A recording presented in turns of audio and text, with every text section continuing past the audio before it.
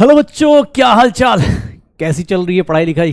सब बढ़िया? तो भैया 2 चैप्टर बीत गए, थोड़ा सा जो पोर्शन रह गया है सॉल्यूशन का वो भी अपने को आज फिनिश हो जाएगा। मतलब 2 चैप्टर अपने को फिनिश हो गए और मिनिमम 3 क्वेश्चन, मिनिमम 3 क्वेश्चंस उनसे हम श्योर कर सकते हैं कि भैया जो पढ़ाएंगे उसमें से आ जाएगा। बस आपको करना क्या है, प्रैक्टिस करनी है। आज एक नया चैप्टर शुरू करेंगे, एटॉमिक स्ट्रक्चर। लेकिन हाँ, इसका एटॉमिक स्ट्रक्चर में अगर बात करेंगे तो एटॉमिक स्ट्रक्चर में देखेंगे तो एटॉमिक स्ट्रक्चर जाने से पहले थोड़ा सा लास्ट क्लास का हम लोग एक बार रिवाइज कर लेते हैं। और लास्ट क्लास में जो मैंने चीज़ें स्टार्ट की थी जिनमें से एक था कॉलिगेटिव प्रॉपर्टीज, उसके बारे में बात कर लेते हैं। कॉलिगेटिव प्रॉपर्टीज मैंने 4 बताई थी। 4 कॉलिगेटिव प्रॉपर्टीज एक बार फटाफट रिवीजन कर लेते। मैं ऐसे बोल देता हूं, revision of chapter solution chapter का जो बचा हुआ है उसको हम लोग रिवीजन करेंगे लास्ट चैप्टर का। और प्लस वेंटर फैक्टर तो करना ही करना है, थोड़ा लंबा हो गया था इसलिए हमने उसको आज के लिए कर दिया, कोई दिक्कत नहीं। लेकिन हाँ, इतना मैंने बोला था कि जिस दिन बोला है उस दिन खत्म कर लेंगे। इवन मुझे ये पता है कि एटॉमिक स्ट्रक्चर थर्सडे को खत्म कर दिया जाएगा, थर्सडे की क्लास में फिनिश हो जाएगा, इस बात की गारंटी है।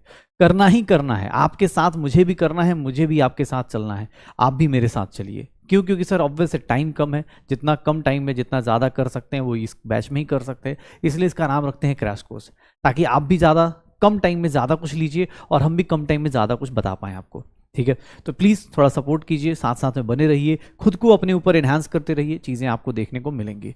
मैंने बोला सॉल्यूशन चैप्टर की बात कर रहा था, रिवीजन ऑफ सॉल्यूशन चैप्टर। हमने यहाँ पर पढ़ा था कॉलिगेटिव प्रॉपर्टीज। कॉलिगेटिव प्रॉपर्टीज क्या होती हैं? तो कुछ नहीं सर, कॉलिगेटिव प्रॉपर्टीज की बात करेंगे तो कॉलिगेटिव प्रॉपर्टीज सर वो directly proportional to number of solute पे। सर इनको कोई मतलब नहीं कि सॉल्यूट कैसा है कैसा नहीं है, इससे कोई मतलब नहीं, बस directly proportional to number of solute particles. ये डायरेक्टली प्रोपोर्शनल टू क्या होंगे? Number of solute particles. अगर मैं कॉलिगेटिव प्रॉपर्टी में बात करूं तो सबसे पहला जो कॉलिगेटिव प्रॉपर्टी आता है that is RLVP। RLVP is nothing, relative lowering of vapour pressure, and that is equals to mole fraction या फिर delta P upon P1 not. या फिर इसका फॉर्मूला क्या था? यही फॉर्मूला था शायद, that is equals to N2 by N1 plus N2। यही फॉर्मूला होता था, यही फॉर्मूला हम लोग पढ़ते थे कि सर ये फॉर्मूला होगा relative lowering in vapour pressure का, यही फॉर्मूला होगा delta P upon P1 naught minus P1 upon P1 not, N2 upon N1 plus N2 कर दो, RLVP आ जाएगा। RLVP के सर ये formula for very dilute solution, अगर डाइल्यूट सॉल्यूशन है, बहुत ज़्यादा डाइल्यूट सॉल्यूशन है, फॉर एग्जांपल डाइल्यूट सॉल्यूशन मतलब क्या होना चाहिए? N2 will be very very less than N1, या फिर सर Chi2 की वैल्यू बहुत छोटी हो, वेरी लो, या फिर डेल्टा P की वैल्यू वेरी लो हो जाए, उस कंडीशन में सर इस फॉर्मूले को हम लोगों ने क्या बोला था कि RLVP को, फॉर्मूले को P1 naught minus P1 upon P1 not को हम लोग लिख देंगे N2 by N1 and that is equals to W2 by M2 into M1 by W1। यही फॉर्मूला होगा, यही आंसर आएगा। ये बहुत डाइल्यूट सॉल्यूशन के लिए यूज करते हैं। जब आप करोगे तो ये याद रखिएगा, इस कंडीशन में ये यूज करते हैं, नॉर्मली ये यूज करेंगे। सर अगर आपसे कोई पूछ दे एलिवेशन इन बॉइलिंग पॉइंट का फॉर्मूला, तो elevation in boiling point KB into M था, या फिर KB into W2 by, sir याद करिए सारे फॉर्मूलाज बेटा, जितना हो सकता है शॉर्ट नोट्स बनाते चलिए, क्योंकि आप ही को फिर दिक्कत आएगी। W1 किस में लेंगे? ग्राम्स में, पक्का। Delta TB is equals to KB into डेम। सर इसी के साथ साथ अगर डेल्टा TF को भी देखेंगे तो डेल्टा TF क्या होगा? KF into M, KF into W2 by M2 into 1000 upon W1 होगा। सर देख लीजिए, इन दोनों फॉर्मूलाज को हम लोग साथ में देख सकते हैं। क्यों? क्योंकि सर साथ में इसलिए देख सकते हैं क्योंकि इन दोनों का ग्राफ, इन दोनों फॉर्मूलाज को हमने कल की क्लास में देखा भी था, लास्ट क्लास में देखा भी था कैसे हम लोग अटेम्प्ट कर रहे थे। सर डेल्टा TB हो, डेल्टा TF हो, ऐसे निकाल दीजिए। अगर मैं बोलूं कि सर एक ऑस्मोटिक प्रेशर था, ये तीनों रिलेटिव टर्म्स थे। एक एब्सोल्यूट क्वांटिटी की बात की जाए तो pi is equals to CRT and that is N2 by V into RT। Sir ये लीटर में, या फिर इसी को थोड़ा बड़ा फॉर्मूला लिख दें, W2 by M2 1000 upon volume in ml into क्या लिख सकते हैं? RT लिख सकते हैं। और इसको देखेंगे तो क्या बन जाएगा? यही बनेगा, श्योर हो? तो ये अपने पास ये 4 फॉर्मूले, 4 क्वालिटेटिव प्रॉपर्टी हमें लास्ट क्लास में पढ़ी थी और इन्हीं के ऊपर डिस्कशन कर रहे थे, इसी के ऊपर हमने क्वेश्चंस किए थे। इसका एक केस ये पढ़ा था, बाकी इसमें अब धीरे धीरे क्वेश्चंस करा था कि सर केवी क्या होता है या केएफ क्या होता है, दे आर कांस्टेंट। ये सिर्फ और सिर्फ किस पे डिपेंड करते हैं सर? सिर्फ और सिर्फ सॉल्वेंट पे डिपेंड करते हैं, सिर्फ और सिर्फ सॉल्वेंट पे डिपेंड करते हैं, इसके अलावा नहीं। सॉल्वेंट पे डिपेंड करते हैं, सॉल्यूट पे इनसे कोई लेना देना नहीं होता। केबी और केएफ क्या है? कांस्टेंट है। फिर हमने न्यूमेरिकल्स किए थे। आज हमें क्या करना है सर? ये जो कुछ भी पढ़ा ना, इसमें हमने नॉन इलेक्ट्रोलाइट लिया है। मतलब हम लोग सिंपल सा वेंटर फैक्टर देखिए। एक्चुअली इलेक्ट्रोलाइट क्या होते हैं? इलेक्ट्रोलाइट सर 2 टाइप के। इलेक्ट्रोलाइट कोई भी चीज़ है जो इलेक्ट्रोलाइट, देखो कोई भी मैटर है, अगर कोई भी मैटर है तो उसको 2 पार्ट में हम तोड़ सकते हैं। कौन कौन से सर? इलेक्ट्रोलाइट और नॉन इलेक्ट्रोलाइट। इलेक्ट्रोलाइट क्या होता है? जो डिसोसिएट करता है कहीं डिसॉल्व होने पे। और नॉन इलेक्ट्रोलाइट क्या होता है? जो डिसोसिएट नहीं करता है या एसोसिएट नहीं करता है। मतलब नॉन इलेक्ट्रोलाइट, नो एसोसिएशन या फिर डिसोसिएशन, कोई एसोसिएशन नहीं या फिर कोई डिसोसिएशन नहीं हो, कोई एसोसिएशन नहीं, कोई डिसोसिएशन नहीं हो, उसको नॉन इलेक्ट्रोलाइट। इलेक्ट्रोलाइट क्या करता है? डिसोसिएट या फिर एसोसिएट इन सॉल्यूशन। कोई भी सॉल्यूशन में जाएगा तो डिसोसिएट करेगा या एसोसिएट करेगा। तो मैटर 2 टाइप का होता है, इलेक्ट्रोलाइट और नॉन इलेक्ट्रोलाइट। इलेक्ट्रोलाइट क्या है सर? वो जहां पर क्या करे, अपने आप ही डिसोसिएट या एसोसिएट करे। Non electrolyte, no dissociation, no association. पक्का। इलेक्ट्रोलाइट ऐसी चीजें हैं जो कभी, जैसे यूरिया है, यूरिया पानी में जाके डिसोसिएट नहीं करता, लेकिन NaCl पानी में जाएगा तो क्या करेगा? डिसोसिएट कर जाएगा, Na+ बना देगा, Cl- बना देगा। तो अब जो सॉल्यूशन का बचा हुआ जो पोर्शन पढ़ने के लिए आए हैं, वेंटर फैक्टर, ये किसके लिए डिफाइंड होता है? एक्चुअली वेंटर फैक्टर को रिप्रेजेंटेड बाई, ध्यान सुनिएगा, van't factor is represented by I. इसको आई से रिप्रेजेंट करते हैं, ध्यान सुनिएगा, रिप्रेजेंटेड बाय आई। ये किसके लिए डिफाइंड होता है? तो डिफाइंड फॉर, या मेनली हम बोल दें कि used for electrolytes in solution. अगर हम लोग मेनली बात करें तो जब इलेक्ट्रोलाइट को हम सॉल्यूशन में डालते हैं, इलेक्ट्रोलाइट्स डिसॉल्व करते हैं, तो हम लोग इसको बोलते हैं कि भैया इलेक्ट्रोलाइट्स के लिए हम लोग क्या करेंगे? वेंटर फैक्टर को यूज करेंगे। वेंटर फैक्टर रिप्रेजेंटेड बाय आई, और इसको हम लोग यूज करते हैं इलेक्ट्रोलाइट्स के लिए इन द सॉल्यूशन। इलेक्ट्रोलाइट्स क्या करते हैं भाई? डिसोसिएट होंगे या एसोसिएट होंगे। अब देखना, ध्यान सुनना। अब भैया इलेक्ट्रोलाइट भी 2 टाइप के, कैसे? तो सर एक होते हैं स्ट्रॉन्ग इलेक्ट्रोलाइट, एक होते हैं स्ट्रॉन्ग इलेक्ट्रोलाइट। अब स्ट्रॉन्ग इलेक्ट्रोलाइट, ध्यान सुनना, स्ट्रॉन्ग इलेक्ट्रोलाइट और एक होते हैं वीक इलेक्ट्रोलाइट। भाई सुनना अपने पास, एक होते हैं स्ट्रॉन्ग इलेक्ट्रोलाइट और एक होते हैं वीक इलेक्ट्रोलाइट। अब स्ट्रॉन्ग इलेक्ट्रोलाइट क्या होगा सर? ये फुल्ली डिसोसिएट करेगा या फुल्ली एसोसिएट करेगा। देखना, स्ट्रॉन्ग इलेक्ट्रोलाइट का मतलब क्या होता है सर? इसमें 100% डिसोसिएशन, 100% डिसोसिएशन या फिर 100% एसोसिएशन होगा। 100% डिसोसिएशन या फिर 100% एसोसिएशन होगा। 100% डिसोसिएशन या 100% एसोसिएशन होगा। डिसोसिएशन और एसोसिएशन 100% होगा स्ट्रॉन्ग इलेक्ट्रोलाइट में। स्ट्रॉन्ग इलेक्ट्रोलाइट में 100% डिसोसिएशन, 100% एसोसिएशन। मतलब अगर AB है तो ये कंप्लीटली टूटेगा A+B- में 100%। अगर 2A है तो 2A कंप्लीटली सर क्या हो जाएगा? एसोसिएट कर जाएगा। ये 100% क्या हो रहा है? डिसोसिएट कर रहा है। 100% क्या कर रहा है? डिसोसिएट कर रहा है। ये 100% क्या हो रहा है? एसोसिएट कर रहा है। 100% डिसोसिएट कर रहा है, ये 100% क्या हो गया? एसोसिएट कर गया। 100% dissociation, 100% association, dissociation 100% association. Strong electrolyte है, अगर स्ट्रॉन्ग इलेक्ट्रोलाइट है तो सर इसके केस में पता है वेंटर फैक्टर की वैल्यू डायरेक्ट किस में आती है? डायरेक्ट वैल्यू आती है I = N in case of dissociation. या सीधा लिख देता हूं, I = N when N is number of particles after dissociation। अगर किसी के डिसोसिएशन से n is number of particle after dissociation of 1 mole। ध्यान सुनना, और I = 1/n। 1/n कब होती है? when n particles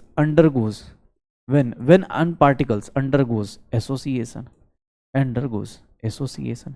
देखो स्ट्रॉन्ग इलेक्ट्रोलाइट में सोचना ही नहीं है, स्ट्रॉन्ग इलेक्ट्रोलाइट में आई की वैल्यू या तो n होगी या फिर 1/n होगी। क्यों? क्योंकि सर स्ट्रॉन्ग इलेक्ट्रोलाइट है तो या तो उसको डिसोसिएट हो जाएगा, मान लो NaCl है स्ट्रॉन्ग है तो फटाफट 2 पार्टिकल्स दे देगा, तो आई वेंटा फैक्टर की वैल्यू कितनी ले लोगे? 2 ले लोगे। अगर कोई एसोसिएट कर गया मतलब 2 पार्टिकल्स अकेला एक में साथ मिल गया तो उसके केस में क्या हो जाएगा? 1/2। कितने पार्टिकल्स एसोसिएट हो रहे हैं उसकी वैल्यू 1/n, और जितने पार्टिकल डिसोसिएट होंगे n हो जाएगा पक्का। तो ये वेंटा फैक्टर कहलाएगा कि सर 100% डिसोसिएशन और 100% एसोसिएशन होगा, तो आप आई की वैल्यू ऐसे डिसाइड करते हो। लेकिन वीक इलेक्ट्रोलाइट का केस थोड़ा देखिएगा, ध्यान से सुनिएगा। वीक इलेक्ट्रोलाइट के केस में क्या होता है, इनका क्या होता है सर, इनके केस में बात करें तो इनके केस में लेस देन 100% डिसोसिएशन, ऑब्वियस है 100% डिसोसिएशन नहीं करेंगे, लेस देन 100% डिसोसिएशन और एसोसिएशन करेंगे, लेस देन 100% डिसोसिएशन या फिर एसोसिएशन करेंगे। अब लेस देन करेंगे तो सर कितना, तो इनके केस में एक वर्ड यूज होता है that is known as alpha. Alpha is nothing degree of dissociation, alpha is nothing degree of dissociation या फिर एसोसिएशन। ये याद रखिएगा, alpha is nothing degree of dissociation या फिर एसोसिएशन। अल्फा की जो वैल्यू होती है वो 2 टाइप से होती है, अल्फा परसेंटेज में मिलता है, अल्फा फ्रैक्शन में भी मिलता है। अल्फा परसेंटेज में मिलता है, अल्फा फ्रैक्शन में मिलता है। याद रखिएगा जितना भी न्यूमेरिकल हम लोग सॉल्व करते हैं वो फ्रैक्शन में सॉल्व करते हैं, तो वो कैसे आता है, परसेंटेज वाले को कितने से डिवाइड कर दीजिएगा? 100 से। ये क्या बताता है कि सर 30% इनका डिसोसिएट कर रहा है या 20% डिसोसिएट कर रहा है। 100% से कम होगा, 100% होगा तो टेंशन नहीं, आप आई की वैल्यू डायरेक्ट निकाल सकते हैं। Sir N total number of particle, जैसे इस केस में कितना होगा, एन की वैल्यू 2, इस केस में कितने पार्टिकल एसोसिएट कर रहे हैं? 1/2, ऐसे निकाल दो। लेकिन वीक के केस में, अल्फा के केस में रिस्पेक्ट लेना पड़ेगा, अल्फा के रिस्पेक्ट में। क्यों? क्योंकि 100% नहीं है, यहां पर कुछ परसेंटेज होगा, 30%, 40%, 10% डिसोसिएशन, 5% डिसोसिएशन, 5% डिसोसिएशन, तो अल्फा का केस लेना पड़ेगा। अब देखना यहां पर भी कुछ नहीं करना, ध्यान सुनना। अब इतना पता है, कोई पार्टिकल, ध्यान से देखो, अगर यही चीज देखो a प्लस बी माइनस है, देखना ध्यान से, a प्लस बी माइनस है, अगर मैं बोलूं कि ये स्ट्रॉन्ग इलेक्ट्रोलाइट है, अगर मैं बोलूं ये स्ट्रॉन्ग इलेक्ट्रोलाइट है, तो इस केस में I की वैल्यू क्या हो जाएगी? इस केस में I की वैल्यू क्या हो जाएगी? सर 2 लिख सकता हूं। क्यों? क्योंकि I की वैल्यू कितना होता है? Number of particles dissociation. 1 mole dissociate करके कितने पार्टिकल्स देगा? 2 आ जाएगा। लेकिन अगर मैं यही बोल दूं कि ये वीक इलेक्ट्रोलाइट है, ध्यान सुनिएगा, अगर ये वीक इलेक्ट्रोलाइट है तो पता है इस केस में क्या करना पड़ेगा। अब ये सेम इक्वेशन में आप I की वैल्यू 2 नहीं लिख सकते, I की वैल्यू 1 प्लस अल्फा आएगी। कैसे आती है? तो इसके लिए फॉर्मूला देखिएगा, I इज इक्वल्स टू, अगर वीक का केस है तो I is equals to 1 plus n minus alpha, where dissociation के केस में बात की जाएगी तो ये बोला जाता है, डिसोसिएशन केस में n is number of particles dissociated, number of particles dissociated after dissociation, number of particles after dissociation.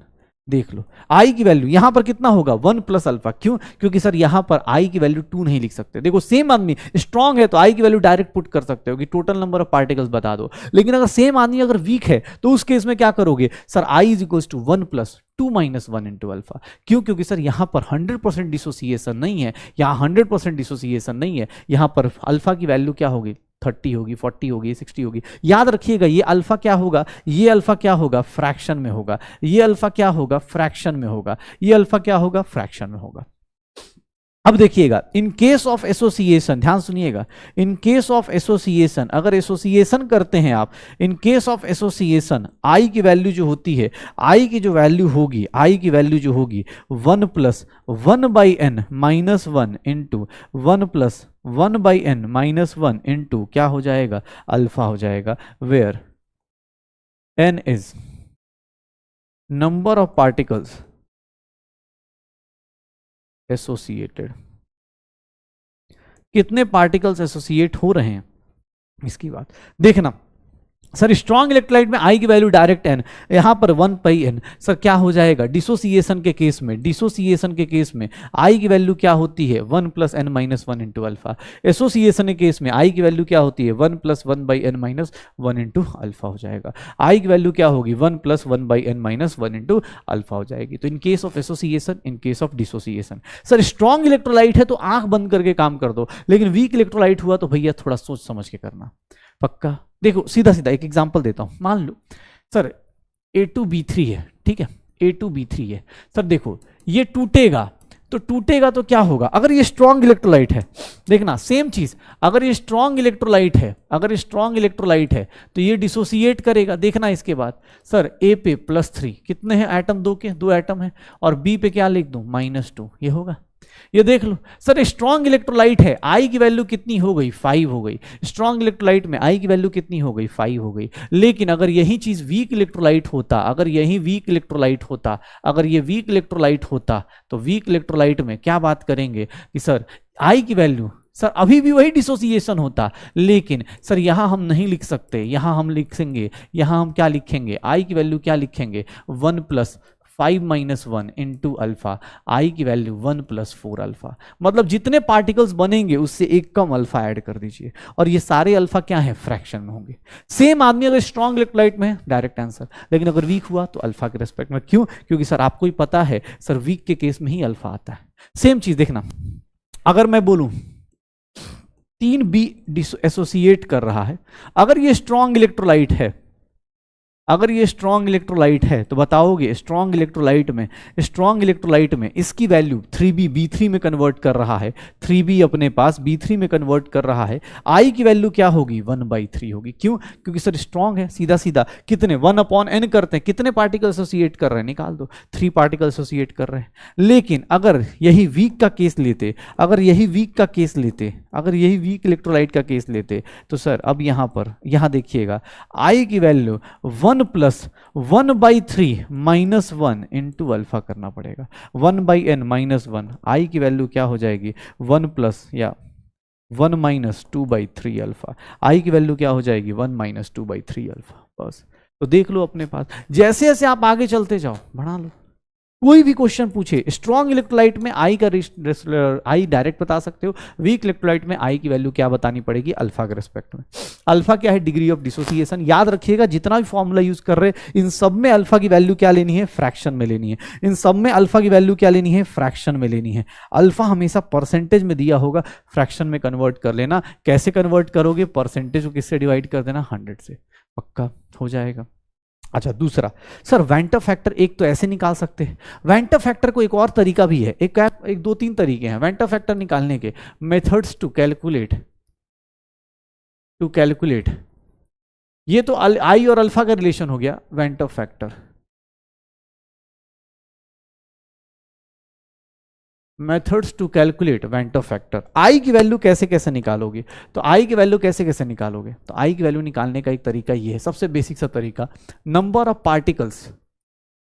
Particles after dissociation, number of particles after dissociation और association, number of particles after dissociation और association, number of particles after dissociation और association divided by I is equals to number of particles after dissociation or association divided by number of particles initial, number of particles before association या dissociation, before association और dissociation। मतलब शुरुआत में कितने particles हैं वो कर लीजिए। आई को निकालने का एक तरीका ये है, आई ऐसे भी निकाला जा सकता है, या फिर वेंटर फैक्टर की बात करेंगे तो एक और तरीका है that is known as normal molar mass divided by abnormal molar mass. ये नॉर्मल मोलर मास को ही हम लोग एक नाम दे देते हैं that is formula molar mass. ध्यान से सुनना, नॉर्मल मतलब क्या हो गया, सर इसको हम लोग क्या नाम देते हैं फॉर्मूला, इसको हम लोग क्या नाम देते हैं फॉर्मूला मोलर मास, इसको क्या नाम देते हैं फॉर्मूला मोलर, जो फॉर्मूले से डायरेक्ट निकल जाता है। ये कौन सा मास है, तो सर ये अब नॉर्मल मतलब क्या हो गया, कैलकुलेट करके जो आए, कैलकुलेटेड, या फिर हम बोल देते हैं observed molar mass, observed from colligative property. जो मास हमें कॉलिगेटिव प्रॉपर्टी बताए उसको हम लोग क्या नाम देते हैं सर, ये हो गया। तो देख लो वेंटर फैक्टर एक तो तरीका हो गया number of particles after dissociation divide by number of particles before dissociation या बिफोर एसोसिएशन, आई निकालने का एक तरीका तो ये हो गया। दूसरा तरीका ये है कि नॉर्मल मोलर मास अपॉन क्या कर दो, अब नॉर्मल मोलर मास कर दो, नॉर्मल मोलर मास अपॉन क्या कर दो, अब नॉर्मल मोलर मास कर दो, एक तरीका ये हो गया। एंड लास्ट वन आई निकालने का एक और तरीका होता है and that is known as, उसको हम लोग बोलते हैं कि सर ये क्या होगा, एक्सपेरिमेंटल कॉलिगेटिव प्रॉपर्टी, एक्सपेरिमेंटल या फिर observed colligative property value, observed colligative property, जो वैल्यू आप ऑब्जर्व कर रहे हो, observed property colligative property value divided by sir क्या मिल जाएगा, divide by calculated colligative property value. तीन तरीके हैं, इन तीन तरीके में से भाई मुझे तो ऊपर के दो से ही काम चल जाएगा, इन दो तरीके से ही काम चल जाएगा, आपको इसके अलावा निकालने की जरूरत नहीं पड़ेगी। आई को बस तीन तरीके से निकाल सकते हैं, एक तरीका ये है, एक तरीका ये है। वेंटर फैक्टर को एक तो आप ऐसे निकाल दीजिए, या फिर अगर आपको नंबर ऑफ पार्टिकल्स दिए हैं तो उससे भी निकाल सकते हैं। वेंटर फैक्टर कैसे चेंज करता है, वेंटर फैक्टर कैसे निकाला जाता है, ये आपको पता चल जाएगा, ये आपको पता चल जाएगा, ठीक है, ये आपको पता चल जाएगा। तो ये देख लो वेंटर फैक्टर निकालने का तीन तरीका ही है। बाकी वीक इलेक्ट्रोलाइट में सर, स्ट्रॉन्ग में directly I equals to N 1/n, या फिर ये सर ये देख लो अपने पास इन केस ऑफ डिसोसिएशन ये होता है 1 + n-1 into alpha, in case of association ये हो जाता है पक्का। तो वेंटर फैक्टर ऐसे निकालते हैं, ऐसे निकाला जाता है नॉर्मल अपॉन एबनॉर्मल। एक बात बताओ, चलो एक बात बताना, डिसोसिएशन का केस लेते हैं। अगर मैं डिसोसिएशन का केस लेता हूं, डिसोसिएशन का मतलब क्या हो जाएगा, ध्यान सुनना, डिसोसिएशन का मतलब क्या हो जाएगा, मान लो ए बी है, कोई भी पार्टिकल है, चलो ऐसे ले लेता हूं, ए एन है, कितने में टूट गया, एन में। सर डिसोसिएट कर रहा है तो सर नंबर ऑफ पार्टिकल्स आई की वैल्यू n/1 होगा, नंबर ऑफ पार्टिकल्स इन बाद में और divide by initial. Sir I की वैल्यू क्या होगी, आई की वैल्यू क्या होगी, ग्रेटर देन 1 लिख सकता हूं। डिसोसिएशन के केस में आई की वैल्यू क्या करूंगा, ग्रेटर देन 1 लिख सकता हूं। अच्छा, आई की वैल्यू अगर ग्रेटर देन 1 है, इसका मतलब आई की वैल्यू क्या होता है, normal molar mass upon abnormal molar मास, यही होता है शायद। मतलब अगर देखो ध्यान से तो sir in case of dissociation, sir जब डिसोसिएट करेगा तो आपका सॉल्यूशन के अंदर जो मास होता है वो एबनॉर्मल कहलाता है। सॉल्यूशन के अंदर जो मास होता है, ये कौन सा मास है, ये फॉर्मूला मास है। ये कौन सा मास है, फॉर्मूला मास है, जो आपके फॉर्मूले से पता चलता है। और ये कौन सा मास है सर, ये मास इन, molar mass in solution.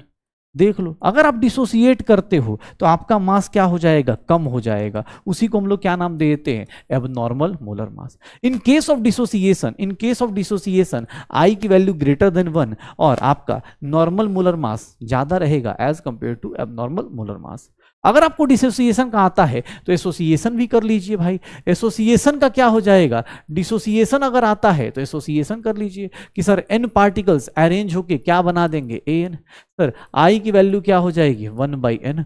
Sir ये वैल्यू हमेशा i की लेस देन 1 आएगी। अगर एसोसिएट कर रहे हैं तो इसका मतलब आपकी वैल्यू लेस देन 1। सर आपका मतलब अगर आप एसोसिएट कर गए, इसका मतलब आपके पार्टिकल्स मिलके एक बड़ा पार्टिकल बना रहे हैं, तो आपका जो मास होगा सर, जो नॉर्मल मोलर मास होता है वो लेस देन होगा एबनॉर्मल के। क्यों, क्योंकि सर सॉल्यूशन में जाके आपने क्या किया, देखो ये क्या कर रहा है, ध्यान सुनना, ये क्या कर रहा है, सॉल्यूशन में गया, डिसोसिएट हो गया, तो ऑब्वियस है उसका मास क्या हो जाएगा, सॉल्यूशन में कम हो जाएगा। क्यों, क्योंकि गया और डिसोसिएट हो गया। इस बंदे को देखो, ये गया उल्टा जाके एग्रीगेट कर गया, एसोसिएट कर गया। पहले अकेले अकेले थे, वहां गए तो अंदर बड़ा पार्टिकल बना लिए। तो डिसोसिएशन के केस में क्या होता है, मोलर मास आपका डिक्रीज करता है। एसोसिएशन के केस में क्या होता है, मोलर मास आपका इंक्रीज करता है। क्यों, क्योंकि आप सॉल्यूशन में जाएंगे, आपका मोलर मास बढ़ जाएगा। तो ये देख लीजिएगा, आई की वैल्यू जो होती है वो ऐसे फ्लक्चुएट करती हैं। अच्छा, ये सारी कहानी में नंबर ऑफ पार्टिकल्स का लेना देना है, नंबर ऑफ पार्टिकल्स का लेना देना है। तो भैया ये नंबर ऑफ पार्टिकल्स जो होते हैं डिसोसिएट या एसोसिएट एग्जाम हॉल में आपको दिए होंगे, या फिर अगर नहीं दिए हैं ना तो आप एक अंडरस्टूड होगा, सॉल्ट लेंगे या एसिड लेंगे या बेस लेंगे, ये लोग क्या करते हैं, इलेक्ट्रोलाइट की तरह काम करते हैं, मतलब ये डिसोसिएट करते हैं। एसिड बेस ये सब क्या करते हैं, डिसोसिएट करते हैं। तो डिसोसिएशन हो चाहे एसोसिएशन हो, डिसोसिएशन हो चाहे एसोसिएशन हो, आप दोनों के केस में ध्यान रखिएगा, डिसोसिएशन हो चाहे एसोसिएशन हो, इन दोनों केस में ध्यान रखिएगा कि भैया ये क्या हो जाएंगे, डिसोसिएशन या एसोसिएशन की बात करें तो ये क्या हो जाएगा, सारे के सारे क्या करेंगे, एग्रीगेट करेंगे। ये सॉरी, इसमें क्या हो जाएगा, इलेक्ट्रोलाइट डिसोसिएट या एसोसिएट के केस में वेंटर फैक्टर का कैलकुलेशन आपको ऐड करना पड़ेगा। ऐड मतलब मल्टीप्लाई करना पड़ेगा। क्यों? क्योंकि देखो अभी तक तुम जितने भी पार्टिकल्स को लेके चल रहे थे, मान लो यूरिया लेके चल रहे हो, तो यूरिया नॉन इलेक्ट्रोलाइट है। तुमने यूरिया के लिए क्या करा, फॉर्मूला निकाला, बोला कि सर यूरिया के लिए delta P1 naught minus P1 upon P1 naught is equals to Chi2 लिख दिया। सर डेल्टा TB की वैल्यू क्या लिख दी, KB इंटू एम लिख दिया। डेल्टा TF की वैल्यू क्या लिख दिया, KF इंटू एम लिख दिया। सर ये पार्टिकल सॉल्यूशन में जाके भी क्या है, सिमिलर टाइप का है। सर ये डिसोसिएट नहीं कर रहा है, लेकिन क्या ये मैं NaCl के लिए लिख सकता हूं क्या, NaCl के लिए नहीं लिख सकता ये फॉर्मूला गलत हो जाएगा। क्यों? क्योंकि यूरिया जो है ना, यूरिया पानी में भी गया या कहीं जाके भी डिसोसिएट नहीं करेगा, यूरिया टूट नहीं रहा, एक ही पार्टिकल रहेगा, यूरिया एक ही पार्टिकल रहेगा सॉल्यूशन में जाके। ये यहाँ भी बाहर भी एक पार्टिकल है, सॉल्यूशन के अंदर भी एक पार्टिकल है, तो टेंशन नहीं। लेकिन NaCl के साथ क्या होता है कि सर अंदर तो, बाहर तो क्या रहेगा, बाहर तो एक ही पार्टिकल है, लेकिन जैसे ही किसी में डिसॉल्व करेंगे, ये किस में कन्वर्ट हो जाएगा, सर ये किस में कन्वर्ट हो जाएगा, Na प्लस और क्या हो जाएगा, Cl माइनस। ये सॉल्यूशन में किस में कन्वर्ट हो जाएगा, Na प्लस Cl माइनस। तो यहां पर I की वैल्यू क्या आ जाएगी, यहां पर I की वैल्यू आ जाएगी, यहां पर क्या आ जाएगा, I लेना पड़ेगा। सर स्ट्रॉन्ग इलेक्ट्रोलाइट है तो I की वैल्यू क्या ले लेंगे, 2। सर इसके लिए आप सारे फॉर्मूले में चेंज करना पड़ेगा, मतलब जो वैल्यू यहां आ रही है उसको किससे मल्टीप्लाई करना पड़ेगा, 2 टाइम्स 3 टाइम्स। क्यों? क्योंकि सर यहाँ एक पार्टिकल, यहाँ कितने पार्टिकल्स हैं, 2। कोई बोले सर नेचर, अरे भैया नेचर से फर्क पड़ता है क्या, कल ही क्लास में लिखा है कि सर कॉलिगेटिव प्रॉपर्टी को सिर्फ नंबर ऑफ पार्टिकल से फर्क पड़ता है, उसको कोई फर्क नहीं पड़ रहा नेचर क्या है, आयनिक हो कोवेलेंट हो कोई फर्क नहीं पड़ रहा, उसको किससे फर्क पड़ेगा, यहाँ एक पार्टिकल है तो इसकी वैल्यू कितनी आ रही है, 1 टाइम्स। तो यहाँ 2 पार्टिकल्स हैं तो सब जगह वैल्यूज कितनी आ जाएंगी, P1 naught minus P1 upon P1 not, इसकी वैल्यू क्या आ जाएगी, 2 टाइम्स Chi2। क्यों? क्योंकि यहां 2 पार्टिकल्स हैं।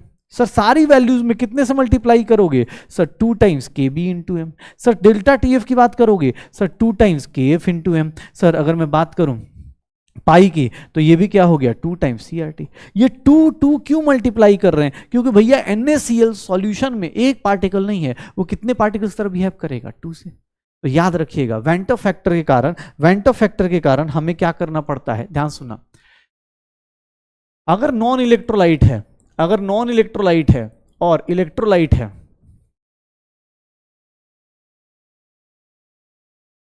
अगर नॉन इलेक्ट्रोलाइट है और इलेक्ट्रोलाइट्स हैं तो इनके केस में ध्यान से देखिएगा सर, इनके केस में कॉलिगेटिव प्रॉपर्टी का फॉर्मूला चेंज हो जाता है। नॉन इलेक्ट्रोलाइट्स में सर कॉलिगेटिव प्रॉपर्टी का formula P1 naught minus P1 upon P1 naught is nothing, Chi2 आया था, यही फॉर्मूला आया था। Sir second one delta TB का फॉर्मूला क्या आया था, KB इंटू एम आया था। Sir third one delta TF का फॉर्मूला क्या आया था, KF इंटू एम आया था। और फोर्थ वन अगर मैं बात करूं तो पाई इज इक्वल्स टू क्या आया था, CRT। लेकिन अगर इलेक्ट्रोलाइट में जाते हो, क्योंकि यहां पार्टिकल्स डिसोसिएट होंगे या फिर एसोसिएट होंगे, तो इस केस में सर यहां पर आप देखेंगे P1 not upon minus P1 not, ये कितना हो जाएगा, I टाइम्स Chi2 हो जाएगा, ये सेकंड वन देखिएगा sir delta TB is nothing, I times KB into M हो जाएगा। Sir third one delta TF is nothing, I times KF into M हो जाएगा। और फोर्थ वन देखेंगे तो pi is equals to I times CRT हो जाएगा, CRT हो जाएगा। सर देख लीजिए, आपने इलेक्ट्रोलाइट्स के केस में ये किससे मल्टीप्लाई किया, I से। I क्या है सर, I की वैल्यू कुछ भी हो सकती है, अभी निकालना सिखाया है। I की वैल्यू क्या हो सकता है सर, I की वैल्यू n हो सकती है, I की वैल्यू 1/n हो सकती है। ये कब होगा सर, जब स्ट्रॉन्ग इलेक्ट्रोलाइट हो, जब स्ट्रॉन्ग इलेक्ट्रोलाइट्स हो, स्ट्रॉन्ग इलेक्ट्रोलाइट्स हों, स्ट्रॉन्ग इलेक्ट्रोलाइट्स हों, और ये क्या हो, डिसोसिएशन का केस हो, और ये क्या हो, एसोसिएशन का केस हो। पक्का सर आई की वैल्यू 1 + n-1, 1 + n-1 अल्फा हो सकता है, आई की वैल्यू 1 + n-1 अल्फा हो सकता है, या फिर आई की वैल्यू 1 + 1/n-1 इंटू अल्फा हो सकता है। कब? जब सर ये क्या हो, वीक इलेक्ट्रोलाइट।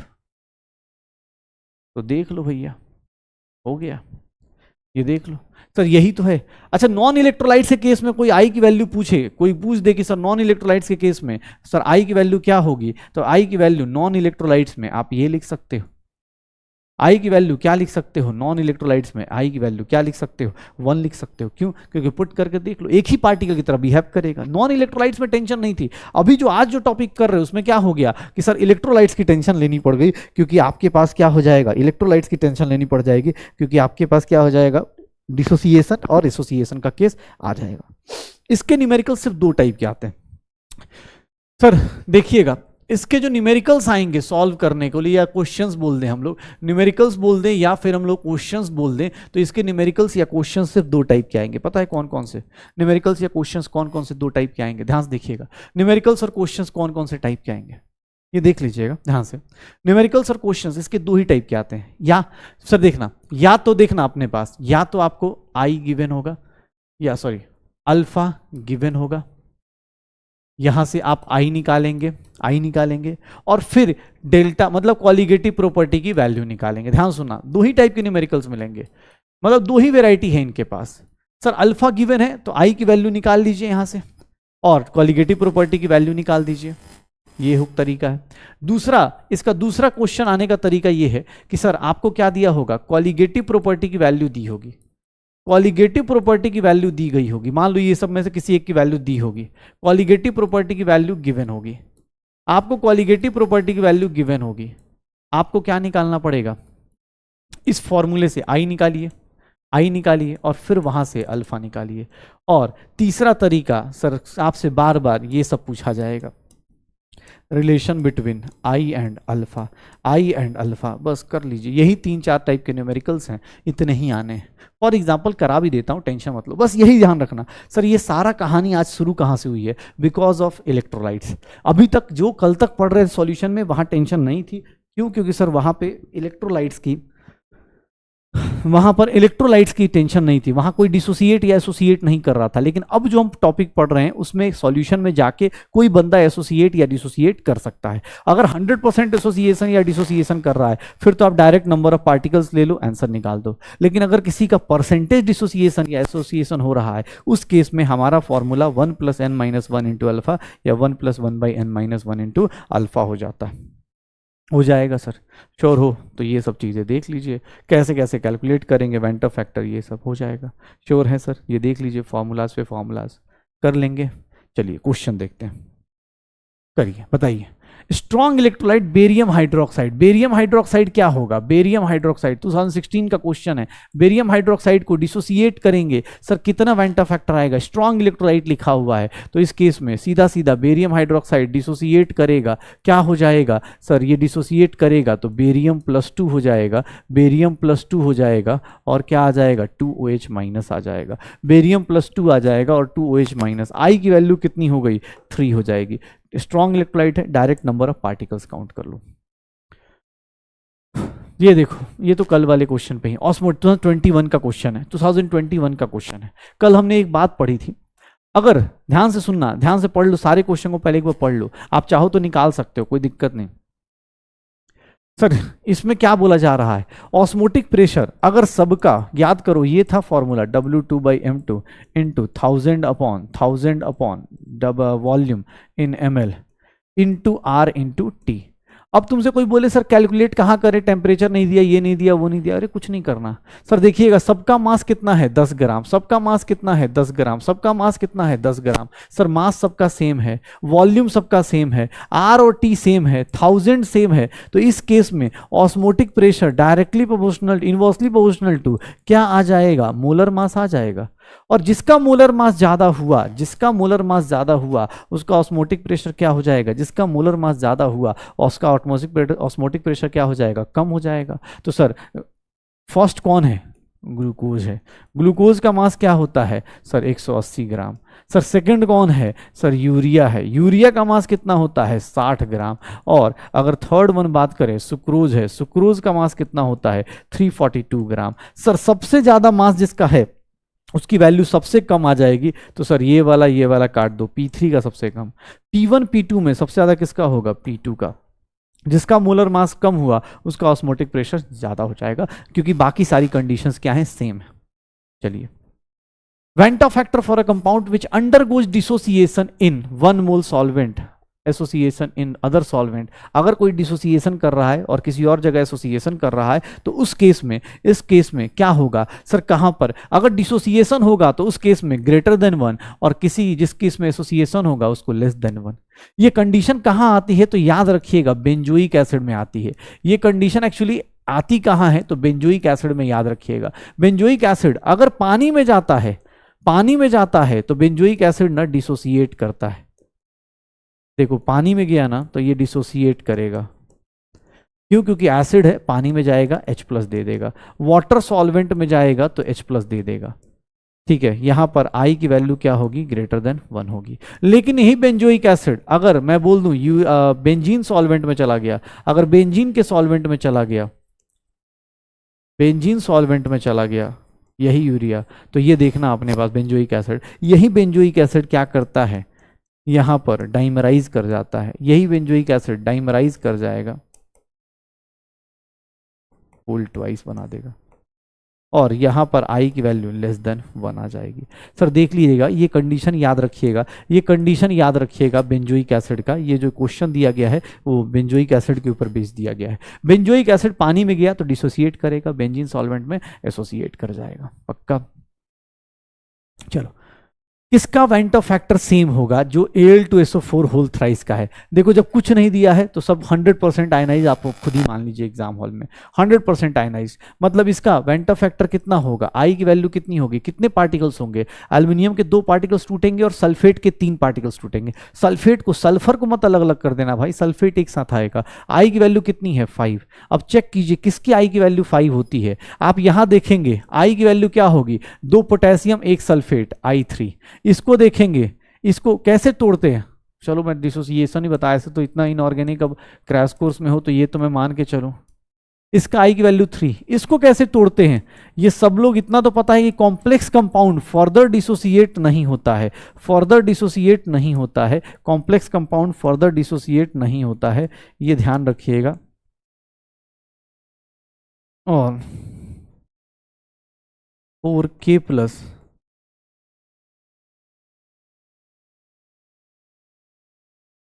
ये हो गया -4, यही है। I की वैल्यू चेक कर करके देख लो अपने पास, यहां पर I की वैल्यू कितना होगा 3 होगा, यहां पर I की वैल्यू कितनी होगी 4 होगी, यहां पर I की वैल्यू कितनी होगी 4 होगी, और यहां पर I की वैल्यू कितनी होगी 5 होगी। इनका फर्दर डिसोसिएशन नहीं होता है। आंसर क्या आ जाएगा, डी। आंसर क्या आ जाएगा, डी आ जाएगा। D is the correct answer, D is the correct answer. ध्यान से देखो, molar elevation constant of water 0.52 kelvin पर मोल। बॉइलिंग पॉइंट दिया हुआ है KCl का, निकालना है KCl। सर इसका 100% हो रहा है तो I की वैल्यू कितनी आ जाएगी 2, क्योंकि 100% मान के चल रहे हैं। अब बताएंगे इसका डेल्टा टीवी कैसे निकालेंगे, तो sir I into KB into M देंगे। I की वैल्यू कितनी है 2, KB की वैल्यू कितनी है 0.52, मोलैलिटी की वैल्यू कितनी है 1, कितना आ गया 1.04 आ गया डेल्टा टीवी। डेल्टा टीवी कितना आ गया 1.04। बॉइलिंग पॉइंट क्या होगा sir, boiling point of solution क्या होगा सर, याद करो कल बताया था, बॉइलिंग पॉइंट इंक्रीज करता है सर, इंक्रीज करेगा 101.04 डिग्री सेल्सियस इंक्रीज करेगा। फ्रीजिंग पॉइंट डिक्रीज करता है। चलो यहां बताओ, अब फ्रीजिंग पॉइंट इसका बताओ। NaCl है, अगेन NaCl का I की वैल्यू कितनी हो जाएगी 2, 100% डिसोसिएट कर रहा है, I की वैल्यू क्या हो गई 2। सर डेल्टा TF कैसे निकालेंगे, आई इंटू केएफ इंटू एम। आई की वैल्यू कितनी है 2, केएफ की वैल्यू कितनी है, जनरली वाटर की 1.86 होती है, अगर वैल्यू नहीं दी ऐसे दी जाती है, नहीं दी है तो 1.86 याद रखिएगा वाटर का। और मोलैलिटी कितनी है 1, तो कितना हो गया 3.72। लेकिन याद रखना गलती से भी ये मत टिक कर देना, 3.72 मत टिक कर देना, क्योंकि वो पूछ रहा है डेल्टा टीएफ नहीं पूछ रहा, वो पूछ रहा है freezing point of solution. Freezing point of solution याद करो, freezing point of solution sir freezing point में डिक्रीज होता है। नॉर्मली पानी का फ्रीजिंग पॉइंट कितना होता है 0, उसमें से कितना माइनस कर दूं 3.72, कितना आ जाएगा -3.72 degree Celsius. Freezing point decrease होता है, बॉइलिंग पॉइंट इंक्रीज होता है, तो इस बात का ध्यान रखिएगा कि फ्रीजिंग पॉइंट डिक्रीज करेगा, बॉइलिंग पॉइंट क्या होगा इंक्रीज करेगा। फ्रीजिंग पॉइंट डिक्रीज करेगा, बॉइलिंग पॉइंट क्या हो जाएगा इंक्रीज करेगा। तो इस बात का आप एकदम अलर्ट मोड पे रहना। तो भाई देख, अब इस तरह क्वेश्चंस कभी भी सॉल्व कर लो। जैसे चलो ये क्वेश्चन बताओ, 2014 का क्वेश्चन है, 2014 का क्वेश्चन पूछा जा रहा है। क्या पूछा जा रहा है कि सर मोलैलिटी दी गई है, कौन सा लार्जेस्ट फ्रीजिंग पॉइंट डिप्रेशन, मतलब डेल्टा टीएफ, डेल्टा टीएफ किसका हाई होगा, सबसे ज्यादा डेल्टा टीएफ किसका होगा, डेल्टा टीएफ किसका होगा, तो निकालो delta TF. Sir delta TF, sir सबका मोलैलिटी क्या है सेम है, तो डेल्टा टीएफ किस पे डिपेंड करेगा, सर डेल्टा टीएफ की वैल्यू क्या होती है, delta TF is nothing I into KF into M होता है। सर आई की वैल्यू निकालो, आई की वैल्यू निकाल के चेक करो, यहां पर आई की वैल्यू क्या होगी 2, यहां पर आई की वैल्यू, ये नॉन इलेक्ट्रोलाइट है 1, यहां आई की वैल्यू निकालोगे 5, यहां पर वेंटर फैक्टर की वैल्यू 3।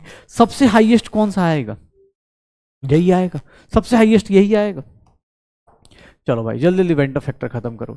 ये क्या बोल रहा है, ध्यान से देखना अपने पास, किसी वाटर का इतना है फ्रीजिंग पॉइंट डिप्रेशन कांस्टेंट, ये बोल रहा है 5 ग्राम Na2SO4 is dissolved in 45 gram of water, the freezing point is changed by this. मतलब डेल्टा टीएफ दिया हुआ है, डेल्टा टीएफ दिया हुआ है, डेल्टा टीएफ की वैल्यू दी है, आई इंटू के एफ इंटू एम कर सकते हैं पक्का। सर आई इंटू के एफ इंटू एम की वैल्यू भी ऐसे पुट कर देता हूं, W2 by M2 into 1000 by W1 कर दें।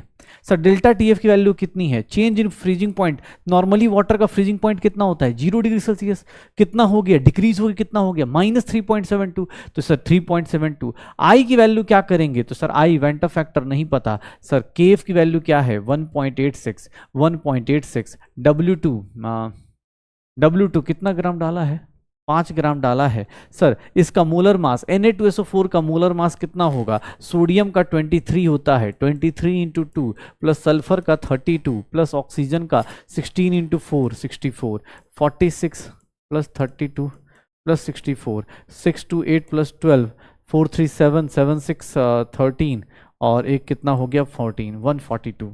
ये कितना हो गया 142 इंटू 1000 अपॉन सर इसका मास कितना पुट कर देंगे 45 पुट कर देंगे। तो सर देखिएगा ये कितना हो गया 2 टाइम्स, ये देख लो अपने पास आई की वैल्यू कितनी हो जाएगी 2 टाइम्स 142 इंटू 45 अपॉन 5 इंटू 1000, ठीक है ये 9 टाइम्स हो गया, और ये कितना हो जाएगा 18 इंटू 142 डिवाइड बाई 1000 हो गया। अब सॉल्व कर लो, 18 2 जा 36, हाथ में 3 आया, 18 4 जा 72, 75 हाथ में 7 आया, 18 1 जा 5,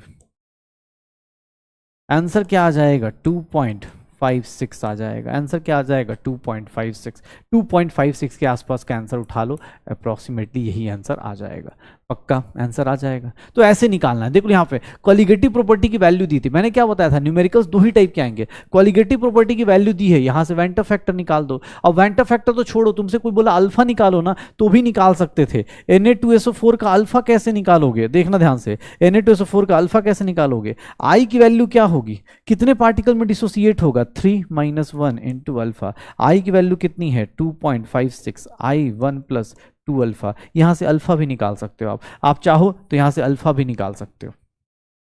चलो अगला क्वेश्चन देखना, वेंटा फैक्टर दिया हुआ है, किसी का पूछ रहा है डिग्री ऑफ डिसोसिएशन बताओ। चलो इसका वेंटा फैक्टर कैसे लिखेंगे, कितने पार्टिकल्स में डिसोसिएट होगा ये, सर ये कितने पार्टिकल्स में डिसोसिएट होगा, 3 पार्टिकल्स में डिसोसिएट होगा।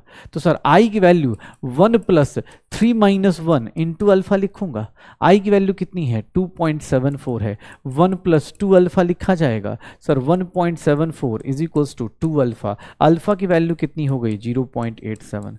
अल्फा ये फ्रैक्शन में आया, वो परसेंटेज में पूछ रहा है, किससे मल्टीप्लाई कर दो 100 से मल्टीप्लाई कर दो, फ्रैक्शन को परसेंटेज में कन्वर्ट करना है 100 से मल्टीप्लाई कर दो, आंसर आ जाएगा पक्का। ये देखो इस क्वेश्चन को देखो, सर अल्फा की वैल्यू परसेंटेज में दिया गया है, मुझे कैलकुलेशन के लिए अल्फा की वैल्यू को फटाफट किस में कन्वर्ट करना होता है फ्रैक्शन में, 0.2 आ गया। अब यहां से देखूंगा मैं क्या निकालना है, freezing point of the solution. पहले डेल्टा टीएफ निकालो, डेल्टा टीएफ कितना आएगा सर आई इंटू के एफ इंटू एम आएगा।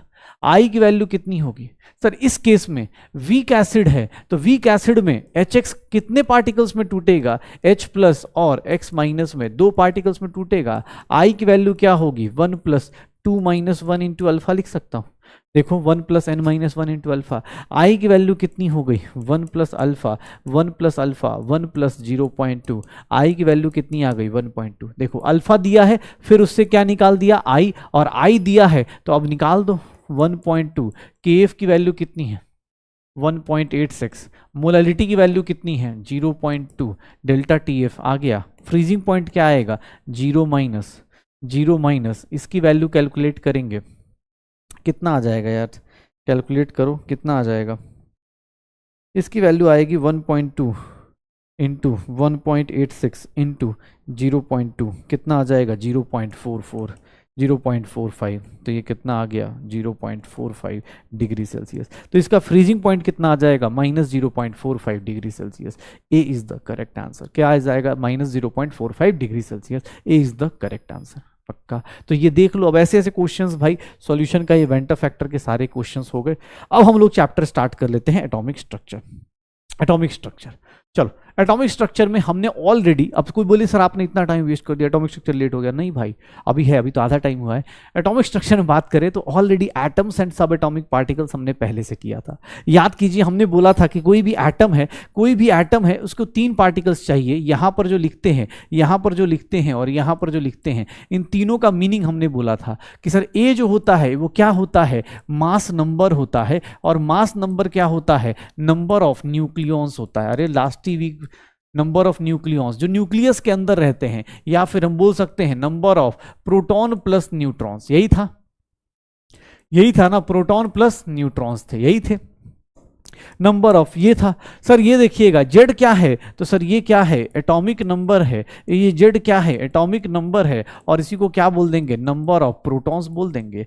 ये सब चीजें हमने लास्ट वीक ही स्टार्ट किया था, पहले दिन हमने यही सब किया था कि sir atomic number, mass number, protons और न्यूक्लियॉन्स का नंबर, अगर प्रोटॉन्स का नंबर पूछे तो जेड, न्यूट्रॉन्स का नंबर पूछे तो ए माइनस जेड, इलेक्ट्रॉन्स का नंबर सर प्रोटॉन के बराबर होता है इन case of neutral, in case of neutral atom, neutral atom है तो ये बराबर होता है। लेकिन अगर चार्ज्ड एटम है, अगर चार्ज्ड एटम है तो डिपेंड करता है सर, चार्ज्ड एटम में अगर कटायन है तो electron will be proton minus charge, और अगर एनायन है तो इलेक्ट्रॉन का नंबर जो होगा sir electron will be proton plus mod of charge, यही होगा।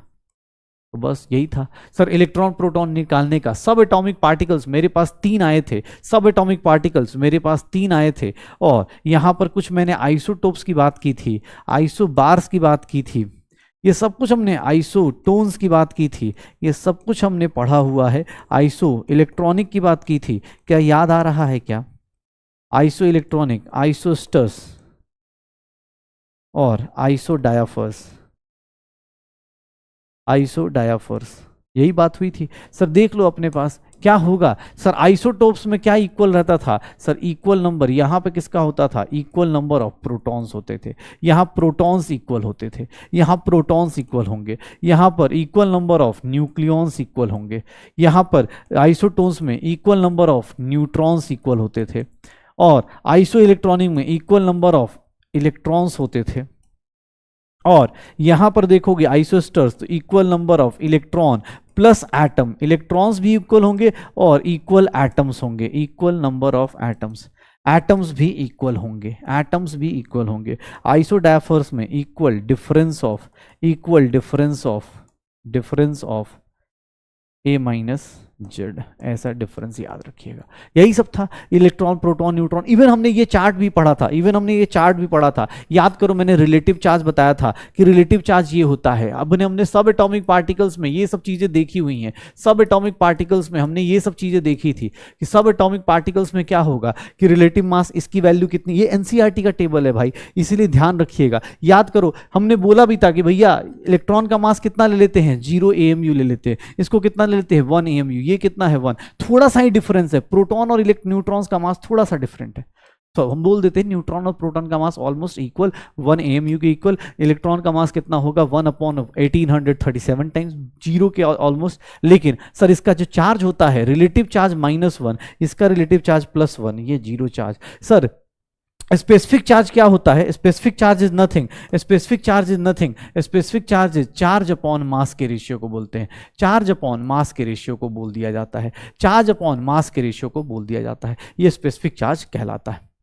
सब एटॉमिक पार्टिकल्स में स्पेसिफिक चार्ज सबसे ज्यादा किसका, इलेक्ट्रॉन का। क्यों, चार्ज इक्वल है, चार्ज इक्वल एंड अपोजिट है, लेकिन मास बेचारे का बहुत कम है, 10⁻31 यहाँ 10⁻27 kg है, तो सर इसका वैल्यू ना बहुत ज़्यादा हाई हो जाता है। जिसका मास कम है, चार्ज बराबर है लेकिन मास कम हुआ तो ऑब्वियस स्पेसिफिक चार्ज क्या हो जाएगा, बहुत हाई। तो स्पेसिफिक चार्ज का ऑर्डर कोई पूछ दे, अगर स्पेसिफिक चार्ज का ऑर्डर कोई पूछ दे तो स्पेसिफिक चार्ज के ऑर्डर में याद रखिएगा, स्पेसिफिक चार्ज के ऑर्डर में, स्पेसिफिक चार्ज ऑर्डर अगर आपसे कोई पूछ दे तो सबसे ज़्यादा इलेक्ट्रॉन का, फिर प्रोटॉन का और न्यूट्रॉन का तो होता ही नहीं है, ध्यान रखिएगा। इलेक्ट्रॉन, प्रोटॉन और न्यूट्रॉन पक्का हो जाएगा सर।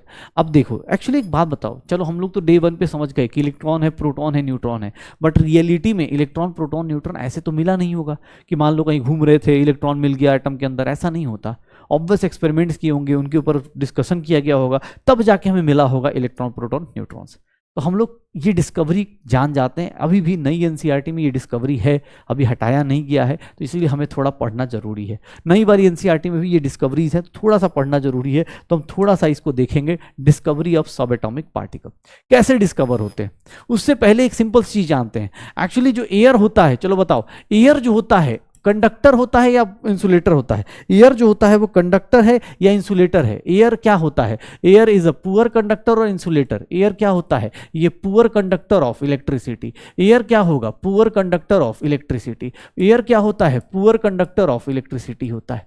क्यों? क्योंकि सर ऐसा होता तो वायर जा रही होती, हमें करंट लग जाता। एयर जो होता है सबसे बेकार कंडक्टर होता है इलेक्ट्रिसिटी का। लेकिन एयर बिकम्स कंडक्टर, ध्यान सुनना क्योंकि एनसीईआरटी की लाइन से एयर बिकम्स कंडक्टर या show conductivity, air shows conductivity, air shows conductivity at very low pressure, at very low pressure, at very low pressure and high voltage. Sir अगर air को conductivity show करना है, air की conductivity show करनी है तो बहुत ही लो प्रेशर और बहुत ही हाई वोल्टेज दे दोगे तो एयर कंडक्टिविटी शो कर देता है। और ये कहां पॉसिबल होता है? तो ये पॉसिबल होता है एक ट्यूबलाइट के अंदर, या जो हम बोल सकते हैं, इसको हम लोग जब शुरुआत में लेते थे तो इसको एक्सपेरिमेंट करने के लिए हम लोग इसको बोलते थे डिस्चार्ज ट्यूब। इसको हम लोग बोलते हैं डिस्चार्ज ट्यूब। डिस्चार्ज ट्यूब क्या होता है? ध्यान सुनिएगा, डिस्चार्ज ट्यूब क्या होता है कि कोई गैस इसमें फिल कर दीजिए और इसके अंदर एक कैथोड बना दीजिए और एक एनोड बना दीजिए। यहां पर क्या दे दीजिए? High voltage. नॉर्मली अगर देखेंगे तो ये नॉर्मली इसमें गैस कंडक्ट नहीं करता, एयर कंडक्ट नहीं करता इलेक्ट्रिसिटी, लेकिन इसके अंदर जो गैस होगी ऑब्वियस है होगा क्या? एयर कंडक्ट नहीं करता नॉर्मल केस में। लेकिन हाई वोल्टेज और बहुत ही ज्यादा वेरी लो प्रेशर लगा दीजिए, बहुत ही लो प्रेशर लगा देंगे तो ये गैस क्या हो जाएगी? आयनाइज हो जाएगी। ये गैस कंडक्टिविटी, एयर कंडक्टिविटी कैसे शो करता है? Because of ionisation. Air conductivity show कैसे करेगा? Because of ionisation. Very low pressure, very low pressure, बहुत ही लो प्रेशर पे गैस क्या करेगा? आयनाइज हो जाएगा। और इसी के कारण जब गैस आयनाइज होगा तो उसके कारण कंडक्टिविटी शो चालू हो जाएगी, कंडक्टिविटी चालू हो जाएगी। जाएगी। तो याद रखिएगा, डिस्कवरी ऑफ सब एटॉमिक पार्टिकल्स कहाँ से स्टार्ट हुआ? एक बेसिक सा एक्सपेरिमेंट किया गया जिसको बोलते हैं डिस्चार्ज ट्यूब एक्सपेरिमेंट, या हम लोग अभी आगे पढ़ेंगे इसके अंदर कैथोड रे, एनोड रे हम लोग एक्सपेरिमेंट पढ़ेंगे। लेकिन एक सिंपल सा एक्सपेरिमेंट किया गया, बोला गया कि यार एयर बेकार करंट कंडक्टर है इलेक्ट्रिसिटी का, लेकिन ये कंडक्टिविटी शो कर देगा at very low pressure and very high voltage, very high voltage, very low pressure and very high voltage, बहुत ही लो प्रेशर और बहुत हाई वोल्टेज पे ये क्या करेगा, शो करना शुरू कर देगा, ये डिस्चार्ज ट्यूब में। पक्का? अब लोगों ने बोला इसका हमें क्या फायदा? एक्चुअली इसी का फायदा उठाया किसने? इसी का फायदा उठा लिया थॉमसन ने। थॉमसन ने क्या किया? एक्सपेरिमेंट कर दिया। थॉमसन ने क्या किया? एक्सपेरिमेंट कर दिया, और एक्सपेरिमेंट का नाम होता है that is known as cathode ray experiment. Thomson ने क्या किया? एक्सपेरिमेंट कर दिया। थॉमसन ने क्या किया? जे थॉमसन ने क्या किया? एक्सपेरिमेंट कर दिया। क्या एक्सपेरिमेंट किया? ध्यान सुनना। उसने क्या बोला कि सर अभी आपने एक बात बोली है, अभी एक आपने बात बोली है क्या कि सर, ध्यान से देखिएगा, अभी आपने एक लाइन बोली है कि सर हम लोग क्या करेंगे, बहुत हाई वोल्टेज दे दें, बहुत हाई वोल्टेज दे दें, बहुत हाई वोल्टेज दे दें, यहां पर हाई वोल्टेज दे दिया जाए, हाई वोल्टेज दे दिया जाए यहां पर। इसको देखना, अब देखो मैं क्या करता हूं, मैंने क्या बोला, ये मेरा कैथोड होगा, मेरा क्या होगा, ये कैथोड होगा। थॉमसन ने बोला भाई साहब बैटरी के दो टर्मिनल होते हैं, एक कैथोड होता है, एक क्या होता है, एनोड होता है। तो देखना ध्यान से, कैथोड होगा, एनोड होगा। अब हुआ क्या, एनोड पे हमने क्या चार्ज, एनोड क्या होता है, पॉजिटिव, और ये क्या होता है, नेगेटिव। ठीक है, ये क्या होता है, नेगेटिव। देखना होगा क्या, बहुत हाई वोल्टेज और बहुत ही low pressure, very low pressure, मतलब ऑलमोस्ट क्या कर दिया, वैक्यूम के क्रिएट कर दिया, वैक्यूम क्रिएट कर दिया। अब यहां पर क्या किया, थॉमसन ने बोला कि यार जो पुराना एक्सपेरिमेंट है ना, इसमें कुछ ना कुछ चीजें होंगी, इसके अंदर कुछ ना कुछ तो हो रहा होगा। तो उसने क्या बोला, बहुत लो प्रेशर और बहुत हाई वोल्टेज दे दो। देखना क्या शुरू किया उसने बोला कि मैं ना एक काम करता हूं, मुझे ना ऐसा लगता है कि इसके गैस जो पार्टिकल्स है ना, ये कुछ ना कुछ तो रेडिएशन रिमिट कर रहे हैं। ये बल्ब जलने लगती है, एक्चुअली बल्ब क्या होती है, जलने लगती है। डिस्चार्ज ट्यूब देखोगे ना, ट्यूब के अंदर कभी खोल के देखना, उसके अंदर कुछ नहीं होता, ये एक ट्यूब होती है बस, इधर एक टर्मिनल होता है, इधर एक टर्मिनल होता है। कभी इस एक्सपेरिमेंट को लाइव देखना हो ना, तो पुराने ट्यूबलाइट को देखना, वो ऐसे ऐसे करके जलेगा, दोनों साइड से बल्ब ऐसे होता है ना, फिर एक जल जाएगा। ऐसा कभी देखा है कि ट्यूबलाइट ऐसे ऐसे कर रही हो फिर जल गया हो? क्या होता है, ये ट्यूबलाइट है एक टाइप समझो तो। उस टाइम पे ये बहुत बड़ी बात थी, आज के टाइम पे नॉर्मल है, हमारे घर में हर एक जगह दिख रहा है, हमारे मोबाइल में हर एक जगह कैथोड रे ट्यूब ऐसे ही दिख जाती है। जो एक्सपेरिमेंट थॉमसन ने इतनी मेहनत से किया, आज के टाइम पे हर एक जगह जहां भी एलईडीज देख रहे हो, जो भी मोबाइल पे जो भी स्क्रीन देख रहे हो, सब में अंदर यही पड़ा हुआ है। उस टाइम पे ये बहुत बड़ी बात थी, क्योंकि उस टाइम पे पुराने जमाने में टीवी देखा था, पुराने जमाने टीवी में ना पीछे की तरफ आता था ये ट्यूब, पीछे की तरफ खींच के आता था ट्यूब। पुराने जमाने का कंप्यूटर देखोगे तो उसका शेप देखोगे ना ऐसे आएगा, वो इसी ट्यूब एक्सपेरिमेंट के लिए था। वो इसी ट्यूब के कारण जितने भी कलर्स एमिट होते हैं, जितने भी एलईडीज देखते हो, सारे के सारे इसका यूज करते हैं। ध्यान से देखिएगा होता क्या है, बहुत ही लो प्रेशर, बहुत हाई वोल्टेज दिया। हुआ क्या, थॉमसन ने क्या ऑब्जर्व करा, उसे बोला यार कुछ तो हो रहा होगा, एक काम करते हैं, यहाँ रेडिएशन जो आ रही है, जो बल्ब जल रहा है, ये रेडिएशन क्यों आ रही है? तो इसको चेक करने के लिए उसने नॉर्मल दिमाग लगाया। उसने बोला यार एक काम करते हैं, एक ना एनोड पे छेद कर देते हैं, होल कर देते हैं, होल कर देते हैं, होल कर देते हैं, और पीछे क्या लगा देते हैं, पीछे लगा देते हैं, हम लोग लगा देते हैं जिंक सल्फाइड की ट्रेन, मतलब से ट्रेन कह रहा हूं, स्क्रीन। ये क्या लगा दिया, फ्लोरोसेंट स्क्रीन। फ्लोरोसेंट मतलब क्या होता है कि सर इस पे ना, इस पे क्या होता है, फ्लोरोसेंट स्क्रीन मतलब जिंक सल्फाइड की स्क्रीन लगा दी। ये क्या करता है, जैसे ही इस पे लाइट जलेगी ना, ये ग्लो करेगा, जैसे ही लाइट जलेगी ग्लो करना शुरू होगा। तो उसने बोला कि एनोड के अंदर क्या करो, छेद कर दो। तो इसको क्या बोलेंगे, परफोरेटेड एनोड। इसको हम लोग क्या बोल देंगे, परफोरेटेड एनोड। अब उसने क्या देखा कि भाई रेडिएशन आ रही है, रेडिएशन आ रही है, और ये रेडिएशन ना किसको हिट कर रही है, यहां पर जाके हिट कर रही है। उसने बोला यार इसका मतलब कि इधर से कोई रेडिएशन आ रही है, मतलब ये किधर से आ रही है, कैथोड से आ रहा है। तो इसको उसने नाम क्या दे दिया, कैथोड रे। इसने इसका नाम क्या दे दिया, कैथोड रे। आया कहां से, because of gas ionisation. Gas के आयनाइजेशन से इलेक्ट्रॉन निकले होंगे, वही इलेक्ट्रॉन जा रहे थे। लेकिन उसने क्या बोला, उस टाइम उसको आइडिया नहीं था इलेक्ट्रॉन का, तो उसने क्या बोला कि भाई इस गैस के आयनाइजेशन से जो रेज आ रही है, कहां से आ रही है, कैथोड से। तो इस रे का उसने नाम रख दिया कि सर ये कौन सी रे होंगी, ये कौन सी रे होंगी। तो इसने उसका नाम रख दिया कैथोड रे। ये कौन सी रेडिएशन रख दी कि सर ये कैथोड साइड से लग रहा है। याद रखना, कैथोड से नहीं निकला, कैथोड की तरफ से आ रहा है, इसीलिए इसका नाम क्या रख दिया गया, कैथोड रे। अच्छा, अभी देखोगे इसका अपोजिट एनोड रे आएगा।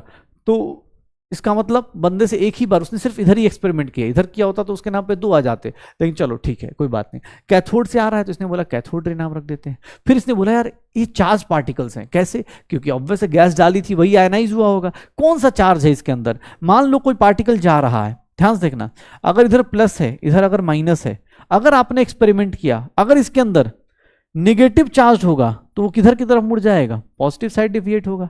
अगर पॉजिटिव चार्ज होगा, अगर कोई पॉजिटिव चार्ज होगा, अगर कोई पॉजिटिव चार्ज होगा तो किधर की साइड डिविएट हो जाएगा? इधर की साइड। तो इसने क्या देखा कि भैया मैंने एनोड रे को, सॉरी कैथोड रे को पॉजिटिव और निगेटिव टर्मिनल से पास किया तो किधर की तरफ डिफ्लेक्ट हो रहा है? Positive side. इसका मतलब कैथोड रे में क्या है? नेगेटिव पार्टिकल्स हैं। Cathode ray consist of what? Negatively charge particles. और इसी के ऊपर इसने अब रूल्स देने शुरू किए। अच्छा, इसने अलग अलग गैस के ऊपर भी एक्सपेरिमेंट किया, बोला गैस अलग अलग कर लेता हूं। गैस अलग अलग किया, कोई फर्क नहीं पड़ा, सब कुछ सिमिलर सा रहा। गैस अलग अलग करके भी देख लिया इसने, सब कुछ क्या रहा? कैथोड रे का सब कुछ सिमिलर सा रहा। तो इसने बोला, थॉमसन ने क्या बोला कि भैया इसका मतलब जब कोई गैस बहुत लो प्रेशर और बहुत हाई वोल्टेज दे दी जाते हैं तो उससे कुछ पार्टिकल्स निकलते हैं जिसको बोलते हैं कैथोड रे, जिसके अंदर नेगेटिव चार्ज पार्टिकल्स होते हैं, जिसका नाम उसने इलेक्ट्रॉन भी नहीं रखा था। थॉमसन ने इलेक्ट्रॉन नहीं रखा था, थॉमसन ने बोला था नेगाट्रॉन्स। नेगेटिव पार्टिकल्स हैं, नेगेटिव छोटे छोटे पार्टिकल्स हैं, तो उसका नाम क्या रखा गया था? नेगाट्रॉन्स। और नेगाट्रॉन्स रख दिया गया इसका नाम। नेगाट्रॉन्स को बाद में लोगों ने स्टोनी करके आए, उन्होंने इलेक्ट्रॉन रख दिया। ठीक है, तो ध्यान सुनना। तो इसने बोला कि यार कुछ पार्टिकल्स हैं जो कैथोड की तरफ से आ रहे हैं तो कैथोड रे हो गए, कैथोड की तरफ से आ रहे हैं कैथोड रे हो गए, और इन पार्टिकल्स के ऊपर नेगेटिव चार्ज पार्टिकल्स हैं। इनकी जो रेडिएशन है ये ऑब्वियस है, चार्ज पार्टिकल्स हैं तो ये डेविएट करते हैं, इनकी कुछ मैग्नेटिक फील्ड होगा, ये कुछ हीटिंग इफेक्ट होगा, ऑब्वियस किससे टकराएंगे तो हीटिंग करेंगे, किसी रेडिएशन से मैकेनिकल इफेक्ट होगा, मतलब इनके रास्ते में अगर कोई आ जाए तो उसको रोटेट कर सकते हैं। कैसे? जैसे नॉर्मली स्विच दबाते हैं, टीवी बंद हो जाता है, फैन चल जाता है आज के टाइम पे, तो भैया ये क्या कर रहा है? इसका कौन सा इफेक्ट है? ये क्या है? मैकेनिकल इफेक्ट है। मतलब जो काम आप उठ के करते वो काम ये बटन से, रेडिएशन से ही कर दिया जा रहा है, तो वही काम ये भी कर सकता है। तो सेम चीज को इन्होंने प्रॉपर्टीज ऑफ कैथोड रे बताया। ध्यान सुनना, ये इनविजिबल रेडिएशंस होती हैं, इनविजिबल रेडिएशंस होती हैं। क्वेश्चन क्या आएगा? ये प्रॉपर्टी के ऊपर। कोई एक्सपेरिमेंट नहीं करवाएगा तुमसे भाई, एक्सपेरिमेंट कोई नहीं करवाएगा। इनविजिबल रेडिएशंस होती हैं। प्रोड्यूस्ड ग्लो और light when hit the zinc sulphide screen. Travel in straight line with high speed, obvious है भाई, लाइट है तो मूव करेगी। Consist of negatively charge particle, इसी को हम लोग क्या बोल देते हैं? Known as negatrons. इसी को हम लोग क्या नाम देते थे? नेगाट्रॉन्स। और इसी को हम लोग बोल देंगे इलेक्ट्रॉन्स, इसी को हम लोग बोल देंगे electrons. Consist of negatively charge particle known as negatrons और electrons. Rotated of light win wheel placed in their path, मतलब इसको हम लोग बोल देते हैं, इसी का नाम रख देते हैं मैकेनिकल इफेक्ट। कि सर अगर बीच में इसके क्या लगा दिया जाए, बीच में अगर इसके क्या लगा दिया जाए? रोटेटिंग, मतलब बहुत पतला सा एक वो लगा दिया जाए, व्हील लगा दिया जाए तो उसको रोटेट कर सकता है, मतलब ये मैकेनिकल इफेक्ट प्रोड्यूस कर सकता है। सर ये बीच में ऑब्जेक्ट को हीट कर सकता है, मतलब ये किसको आइडेंटिफाई कर रहा है? हीटिंग ऑब्जेक्ट को ही। सर इसके अंदर कोई क्वेश्चन पूछेगा कैथोड रे में क्या होता है? मैकेनिकल इफेक्ट होता है, यस सर। ऑब्जेक्ट को हीट कर सकता है, यस सर, हीटिंग इफेक्ट भी है। Produce shadow of metallic object, मतलब ऑब्वियस है बीच में अगर कोई ऑब्जेक्ट लेके आओगे तो शैडो प्रोड्यूस करेगा, मतलब मेटल्स को क्रॉस नहीं कर पाएगा, मेटल्स को शैडो तभी क्रॉस कर पाएगा, ठीक है, शैडो बनाएगा। प्रोड्यूस्ड एक्सरे, सबसे इंपॉर्टेंट, प्रोड्यूस्ड, लास्ट के दो जो पार्ट हैं ये बहुत इंपॉर्टेंट है। प्रोड्यूस्ड एक्सरे, एक्सरे जितना भी आज के टाइम पे जितना एक्सरे प्रोड्यूस होता है वो कैथोड रे से ही प्रोड्यूस होता है। जब कैथोड रे किससे टकराता है? हेवी मेटल से। एक्सरे कैसे प्रोड्यूस होता है? जब कैथोड रे किससे टकराता है? एक्सरे से टकराता है, सॉरी कैथोड रे किससे टकराता है? हेवी मेटल से। जितना भी आज के टाइम पे भी अगर आपको कैथोड रे दिखेगा तो एक्सरे का मशीन देखोगे तो उसमें देखोगे कैथोड रे निकलती है और वो किससे टकराती है? हेवी मेटल से, और फिर एक्सरे प्रोड्यूस हो जाता है। तीसरी चीज जो सबसे इंपॉर्टेंट है कि सर इसको ना कोई फर्क नहीं पड़ रहा नेचर ऑफ गैस से, कोई फर्क नहीं पड़ रहा नेचर ऑफ गैस से, और जो कैथोड मटेरियल है उससे कोई फर्क नहीं पड़ रहा, इंडिपेंडेंट है, मतलब इसको कोई फर्क नहीं पड़ रहा किस टाइप का गैस डाल रहे हो, कोई भी गैस हो, इलेक्ट्रॉन का सेम अपने पास सब कुछ सिमिलर आएगा, सेम नेचर आएगा। तो ये याद रखिएगा, जब भी आपसे कोई क्वेश्चन पूछे याद रखिएगा थॉमसन ने एक्सपेरिमेंट करा था, कैथोड रे एक्सपेरिमेंट बोलते हैं इसको। क्या होता है? रेडिएशंस आती हैं कैथोड से, किधर को जाती हैं? एनोड को जाती हैं, और ये रेडिएशन जो होती हैं, यही रेडिएशन हम लोगों की लाइफ में क्या बोली जाएंगी? ये रेडिएशन ही कही जाएगी कि भाई इसी को हम लोग बोल देंगे, ध्यान से देखना अपने पास, इसी को बोल देंगे, ठीक है, इसी को हम लोग बोल देते हैं कि भैया ये हम लोगों की लाइफ में कैथोड से एक्सपेरिमेंट, नेगेटिव चार्ज पार्टिकल है तो इसी से बोल दिया जाता है कि इलेक्ट्रॉन प्रोड्यूस होता है। इलेक्ट्रॉन पहली बार थॉमसन ने डिस्कवर किया, लेकिन उस बेचारे की किस्मत इतनी बेकार थी, उसको ये तो पता चल गया कि इलेक्ट्रॉन है, लेकिन उसको उसके बारे में किसने पूछा कि और बताइए, आपको ये तो पता चल गया कि निगेटिवली चार्ज पार्टिकल है, इसके बारे में और बताइए, इसका मास बताइए, इसका चार्ज बताइए। गया थॉमसन ने एक्सपेरिमेंट किया, बड़ा खुश हुआ, उसने बोला वाह क्या बात है। अब देखो थॉमसन को, देख रहे हो कैसा बंदा है, बेचारा फ्रस्ट्रेट बैठा हुआ है। इसने क्या करा, बोला कि यार सर आपसे लोगों ने पूछा कि सर चार्ज बताइए, मास बताइए। इस बेचारे की किस्मत इतनी खराब है, इस बंदे ने चार्ज और मास एग्जैक्ट वैल्यू नहीं बता पाया, ये क्या बता दिया, ratio of charge to the mass of electron. Sir ये बता दिया कैसे, by using a cathode ray tube और अप्लाइंग इलेक्ट्रिक और magnetic fields mutually perpendicular to each other. मतलब इसने एक्सपेरिमेंट करके क्या बताया कि सर चार्ज और मास तो एग्जैक्ट वैल्यू तो नहीं बता सकता इलेक्ट्रॉन का, लेकिन चार्ज बाई मास का रेशियो, स्पेसिफिक चार्ज का रेशियो इसने बता दिया, स्पेसिफिक चार्ज का रेशियो बता दिया। कैसे, इसने एक एक्सपेरिमेंट करा, ध्यान सुनिएगा एक्सपेरिमेंट कैसा था। ये एक्सपेरिमेंट है, एनसीईआरटी में देखेंगे आपको एक्सपेरिमेंट मिल जाएगा। देखिएगा ये कैथोड रे है, देखो एनोड में क्या कर रखा है, परफोरेटेड। ध्यान से देखना ये होता क्या है, एग्जाम हॉल में हो सकता है ये क्वेश्चन पूछा जाए। सर ये देखिएगा, सर कैथोड रे पे क्या चार्ज है, नेगेटिव, इधर क्या है पॉजिटिव, देखिए इसके ऊपर पॉजिटिव चार्ज है, तो ये क्या होगा देखना, अगर इलेक्ट्रिक फील्ड लगाओगे, सिर्फ और सिर्फ इलेक्ट्रिक फील्ड लगाओगे, तो A in presence of electric field, आप देखो तो ए के प्रेजेंस में, ध्यान से देखना ए क्या है, इन प्रेजेंस ऑफ इलेक्ट्रिक फील्ड। यहां पर कौन हिट करेगा, सर देखना अगर इलेक्ट्रिक फील्ड खाली इलेक्ट्रिक फील्ड लगाया जाए तो कैथोड रे किधर को अट्रैक्ट हो जाएगा, पॉजिटिव साइड, किधर जाएगा, इधर को जाएगा। कैथोड रे किधर को जाएगा, अपने पास इधर को जाएगा। देख लो 3 एक्सपेरिमेंट किए, उसने बोला खाली इलेक्ट्रिक फील्ड लगाओ तो यहां पर जाके हिट हो जाएगा। क्यों, क्योंकि कैथोड रे नेगेटिव है, किधर को अट्रैक्ट होगा, पॉजिटिव, ऊपर जाके हिट कर जाएगा। किसने बोला सर अगर मैं ये लगाते हैं, ध्यान देखिएगा, अगर मैग्नेटिक फील्ड लगाते हैं तो सी में देखो ये यहां नीचे आके हिट कर देगा। सर सी क्या है, इन presence of magnetic field only, ये मैग्नेटिक फील्ड में नीचे आके हिट कर गया, ये नीचे आके हिट कर गया मैग्नेटिक फील्ड ओनली, ये इलेक्ट्रिक फील्ड ओनली।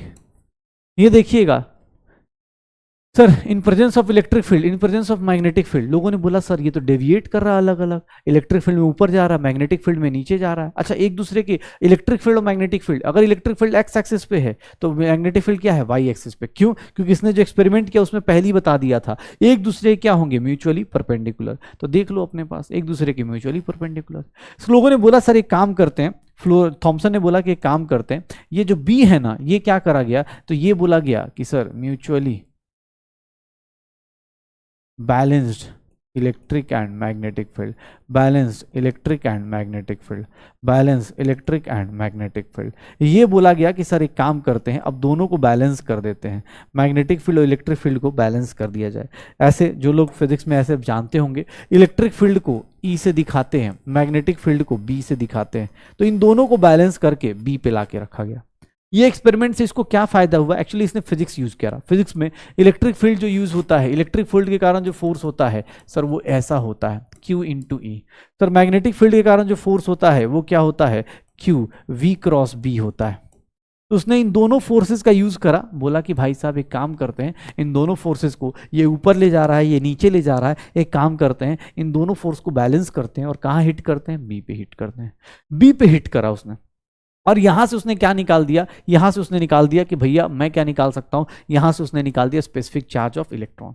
देखो किस्मत इतनी खराब है, इतना सारा एक्सपेरिमेंट किया गया। आपको ये एक्सपेरिमेंट इसलिए बता रहा हूं क्योंकि एग्जाम हॉल में ये सब क्वेश्चन आ सकता है। हो सकता है इमेज दे के पूछ ले कि बताइए ए पे कब हिट करेगा, सी पे कब हिट करेगा, बी पे कब हिट करेगा। तो याद रखिएगा ए पे कब हिट करेगा, जब इलेक्ट्रिक फील्ड होगा, बी पे सी पे कब हिट करेगा, जब मैग्नेटिक फील्ड होगा, और बीच में कब हिट करेगा, जब दोनों को बैलेंस किया जाएगा। ये एक्सपेरिमेंट आपको जेईई मेंस में मिल चुका है, तो इसलिए आपको भी आ सकता है। ठीक है, ये देखिएगा इस बेचारे ने क्या बोला कि सर डेविएशन जो होता है ना, जो डेविएट कर रहा है ऊपर नीचे, ये जो डेविएशन है वो 3 चीजों पर डिपेंड कर रहा है। 3 चीजें कौन कौन सी, सर डेविएशन जो होता है चार्ज पे डिपेंड कर रहा है, जितना ज्यादा चार्ज उतना ज्यादा deviation.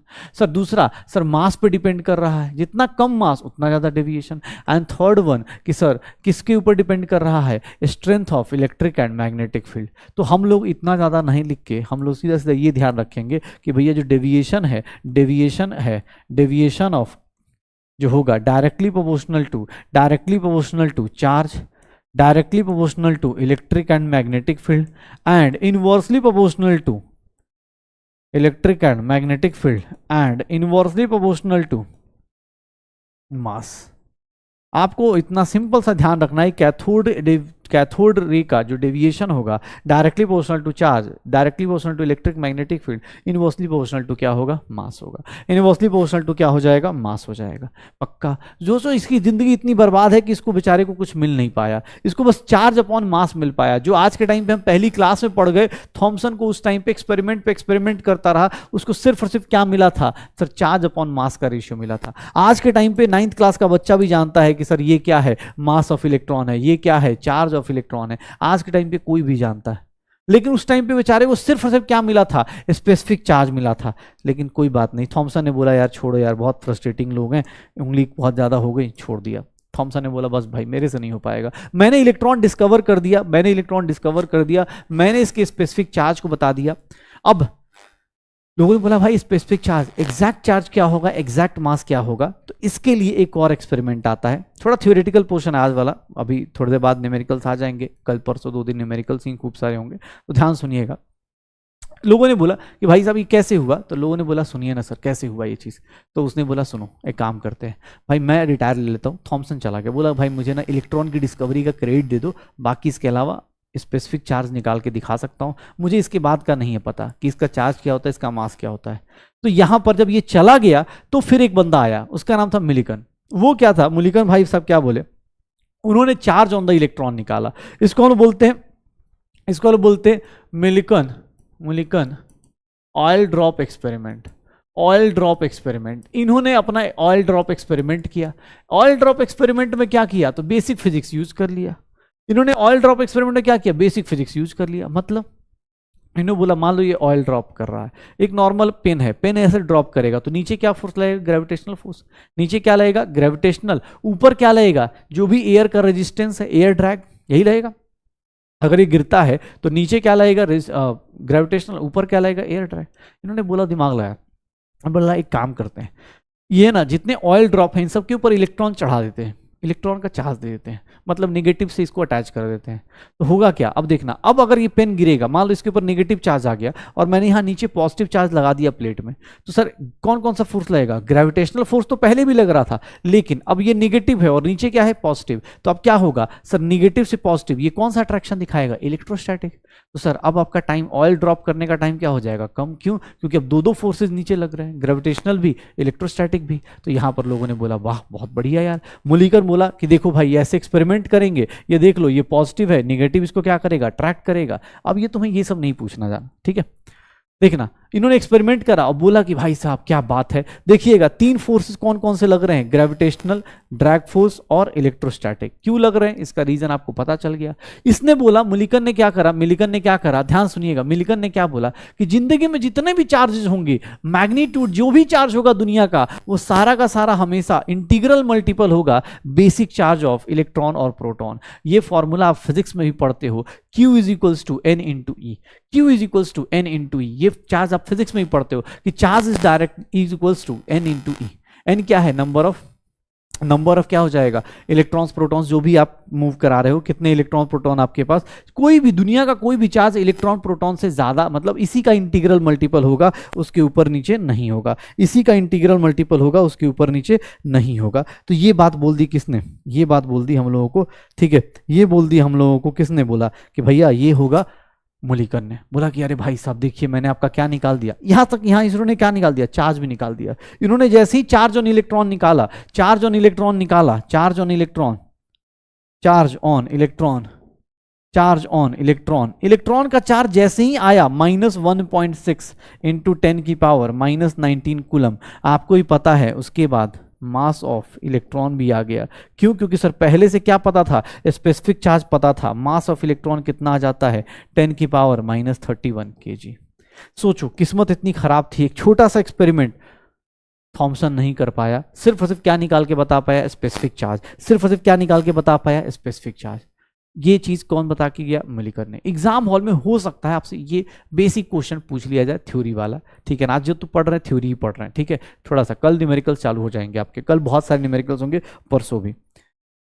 Discovery of nucleons, sir electron की डिस्कवरी में क्या सीरीज रहा, पहले कैथोड रे एक्सपेरिमेंट हुआ, फिर क्या हुआ सर, थॉमसन ने क्या करा, मॉडिफाइड थे कैथोड रे के अंदर एक्सपेरिमेंट करा, वहां से क्या निकाला, स्पेसिफिक चार्ज निकाला इलेक्ट्रॉन का। फिर क्या हुआ सर, मुलिकर ने ऑयल ड्रॉप एक्सपेरिमेंट करा, फिर वहां से निकल के आया। दूसरा, न्यूक्लियॉन्स की डिस्कवरी में हम लोगों के पास दो लोगों की डिस्कवरी है, प्रोटॉन्स की है और न्यूट्रॉन्स की है। भाई न्यूट्रॉन्स की डिस्कवरी बहुत लेट हुई, पता है क्यों? क्योंकि ये न्यूट्रॉन न्यूट्रल होता है। प्रोटॉन्स की डिस्कवरी तो बहुत जल्दी हो गई। कैसे? प्रोटॉन्स की डिस्कवरी बहुत सिंपल सी थी, लोगों ने दिमाग लगाया, उन्होंने बोला यार कैथोड के साइड से जो रेडिएशन आ रही है वो निगेटिव है, अगर कोई चीज निगेटिव है, पहले कोई चीज न्यूट्रल थी, उसमें से कुछ निगेटिव निकल रहा है, इसका मतलब पॉजिटिव भी होगा। तो प्रोटॉन की डिस्कवरी तो बहुत सिंपल सी हो गई। किससे हो गई? इसको हम लोग बोल देते हैं एनोड रे एक्सपेरिमेंट, इसको हम लोग बोल देते हैं एनोड रे एक्सपेरिमेंट, या फिर एनोड रे एक्सपेरिमेंट, या फिर क्या बोल देते हैं, कैथोड रे ही एक्सपेरिमेंट बोलते हैं। सेम एक्सपेरिमेंट बस विथ परफोरेटेड, अब की बार, पिछली बार हमने परफोरेटेड एनोड लिया था, अब की बार परफोरेटेड कैथोड ले लीजिए। मतलब सेम एक्सपेरिमेंट जो आपने थोड़ी देर पहले किया था इलेक्ट्रॉन के लिए, वही सेम चीज कर दीजिए। अब की बार सेम एक्सपेरिमेंट को बस अपोजिट डायरेक्शन में लगा दीजिएगा। यहां पर हाई वोल्टेज लगा दीजिएगा, हाई वोल्टेज, यहां पर फिर से very low pressure, very low pressure, और अब की बार यहां से क्या करेंगे, इसके अंदर अब की बार कैथोड के अंदर क्या करेंगे, परफोरेटेड कैथोड डाल देंगे। क्यों? क्योंकि हमें उधर से रेडिएशन चेक करनी है। सर इधर गए तो नेगेटिव आया, उधर आएंगे तो क्या आ जाएगा, पॉजिटिव। यहां पर फिर से गैस है, आयनाइज होगी, और यहां पर क्या लगा दिया, फ्लोरोसेंट स्क्रीन लगा दिया। बेटा ये पिक्चर कोई तुमसे नहीं पूछेगा, फ्लोरोसेंट स्क्रीन ना ही तुम्हें बनाने की टेंशन लेनी है, बस देख लेना क्या किया गया। अब सर इधर से रेडिएशन आ रही है, अगर इधर से रेडिएशन आ रही है तो इसको क्या बोल देंगे, एनोड से रेडिएशन आ रही है तो एनोड हो गया। ये क्या है, एनोड है। अगर एनोड साइड से रेडिएशन आ रही है तो एनोड रे बोल देते हैं। तो डिस्कवरी ऑफ न्यूक्लियॉन्स में देखोगे प्रोटॉन्स की डिस्कवरी बहुत आसानी से हो गई। क्यों? क्योंकि ये चार्ज पार्टिकल थे, अपोजिट टू इलेक्ट्रॉन थे, तो इनको आराम से कर लिया। न्यूट्रॉन्स की डिस्कवरी बहुत लेट हुई, मतलब इसके लिए रेडियो एक्टिविटी का वेट करना पड़ गया। सोचो, न्यूट्रॉन बहुत लेट डिस्कवर हुआ, न्यूट्रॉन बहुत लेट डिस्कवर हुआ। क्यों? क्योंकि सर इसके लिए हमें, ये न्यूट्रल था, इलेक्ट्रॉन निगेटिव का अपोजिट क्या आ जाएगा, प्रोटॉन, तो बहुत सिंपली से निकल गया। प्रोटॉन की डिस्कवरी देखोगे, देख लो क्या किया गया, देखना यहां पर फिर से स्क्रीन पे क्या लगा दिया गया है, सर फ्लोरोसेंट स्क्रीन लगा दी गई है। Sir air at very low pressure लगा दिया गया है, air at very low pressure लगा दिया गया है। और देखो ना अब एक्सपेरिमेंट में कहां से आ रहा है, वही सेम एक्सपेरिमेंट, अब की और क्या कर दिया गया, परफोरेटेड कैथोड कर दिया गया। प्रोडक्शन ऑफ एनोड रे, एनोड रे experiment with perforated cathode, same चीज जो आपने वहां पढ़ा था उसी चीज को अपोजिट में कर दिया जाता है। कैनाल रे बोल देते हैं या फिर एनोड रे बोल देते हैं। इसी को क्या बोल देते हैं हम लोग, कैनाल रे बोल देते हैं या फिर एनोड रे बोल देते हैं। ठीक है, एनोड की तरफ से आ रहा है तो कैनोड रे या कैनाल रे बोल दिया जाता है। इसकी भी प्रॉपर्टी देखोगे एग्जैक्टली वैसी है, इनविजिबल है, ट्रैवल विथ हाई स्पीड है। सर ये देखोगे तो ये इसके अंदर क्या होगा, वो निगेटिव चार्ज था तो निगेटिव चार्ज किधर अट्रैक्ट हुआ था, पॉजिटिव साइड। ये पॉजिटिव चार्ज है तो ये किधर अट्रैक्ट होगा, एकदम अपोजिट, पॉजिटिव वाला निगेटिव साइड अट्रैक्ट होगा। Consist of positively charge particle, anode रे पोजेसेस आयनाइजिंग पावर, आयनाइज कर सकता है।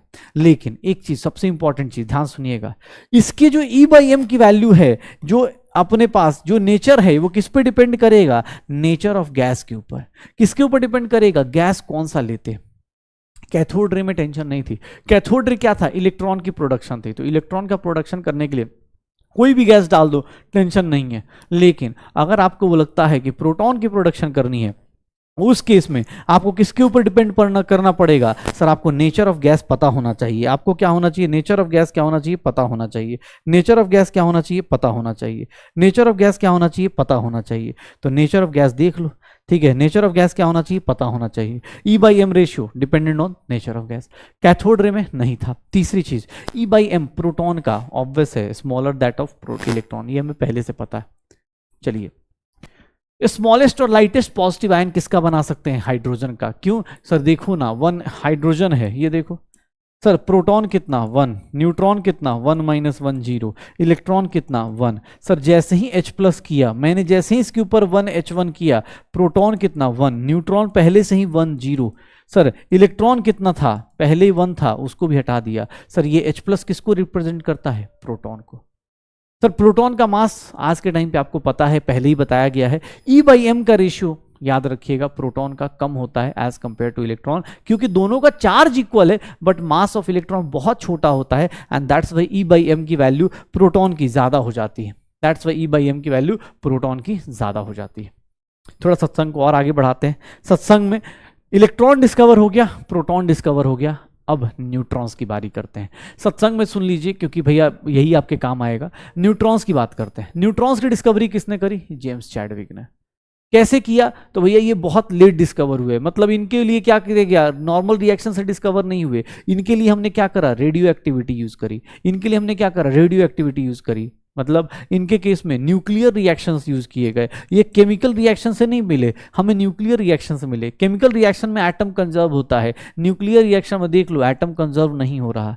कैसे मिला? तो बेरिलियम के ऊपर अल्फा पार्टिकल। अल्फा पार्टिकल किसको बोलते हैं? अल्फा पार्टिकल किसको बोलते हैं? ये है अल्फा पार्टिकल। हीलियम के न्यूक्लियस को, हीलियम के न्यूक्लियस को अल्फा पार्टिकल बोला जाता है। हीलियम के न्यूक्लियस को क्यों? क्योंकि सर दो ही इलेक्ट्रॉन होते हैं हीलियम के। देखो ना, ये देखो, प्रोटॉन कितने? 2, इलेक्ट्रॉन कितने? 2, न्यूट्रॉन्स कितने? 4 - 2 2।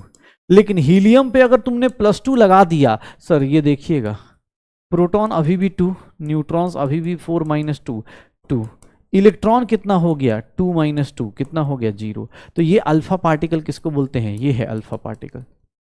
तो अल्फा पार्टिकल किसको रिप्रेजेंट कर रहा है? उसके इलेक्ट्रॉन्स को रिप्रेजेंट कर नहीं रहा। अल्फा पार्टिकल किसको रिप्रेजेंट कर रहा है? उसके न्यूक्लियस को रिप्रेजेंट कर रहा है। अल्फा पार्टिकल किसको रिप्रेजेंट कर रहा है? उसके न्यूक्लियस को रिप्रेजेंट कर रहा है। तो ये ध्यान रखिएगा, अल्फा पार्टिकल क्या कर रहा है? उसके न्यूक्लियस को रिप्रेजेंट करेगा। और यही चीज अपने को देखना है, यही चीज हमें देखना है, ठीक है, कि अल्फा पार्टिकल न्यूट्रॉन की डिस्कवरी हुई। न्यूट्रॉन की डिस्कवरी ऐसे हो जाती है, पक्का न्यूट्रॉन की डिस्कवरी ऐसे करते हैं। देख लो, न्यूट्रॉन्स ऑब्वियस है, निगेटिव चार्ज ना पॉजिटिव है, तो इनके लिए हम लोग क्या बोल देते हैं कि भैया ये किसी साइड डेविएट नहीं करते हैं। Mass of neutron almost equals to this. हम लोग E/m का रेशियो यहाँ पर क्या ले लेते हैं? 0 ले लेते हैं। E/m का रेशियो क्या ले लेते हैं? 0 ले लेते हैं। रदरफोर्ड को प्रोटॉन मिला था आप अल्फा पार्टिकल के एक्सपेरिमेंट से। ये सारा थ्योरी आप चाहे तो एनसीईआरटी से पढ़ लीजिए, चाहे तो इस पीडीएफ को सेव करके रख लीजिए। आपको ये सब लिखने की जरूरत नहीं, क्योंकि लिखेंगे तो बर्बाद हो जाएंगे, क्योंकि बहुत सारी थ्योरी आज, क्योंकि कल से इसके न्यूमेरिकल्स चालू होंगे, आज थ्योरी ही थ्योरी। चलिए बताइए, सब एटॉमिक पार्टिकल्स जो न्यूक्लियस में होते हैं, कौन कौन से पार्टिकल्स जो न्यूक्लियस में होते हैं, कौन कौन से होते हैं बताओ? प्रोटॉन न्यूट्रॉन्स कौन से होते हैं बताओ? क्या होता है? प्रोटॉन्स और न्यूट्रॉन्स कौन से होते हैं?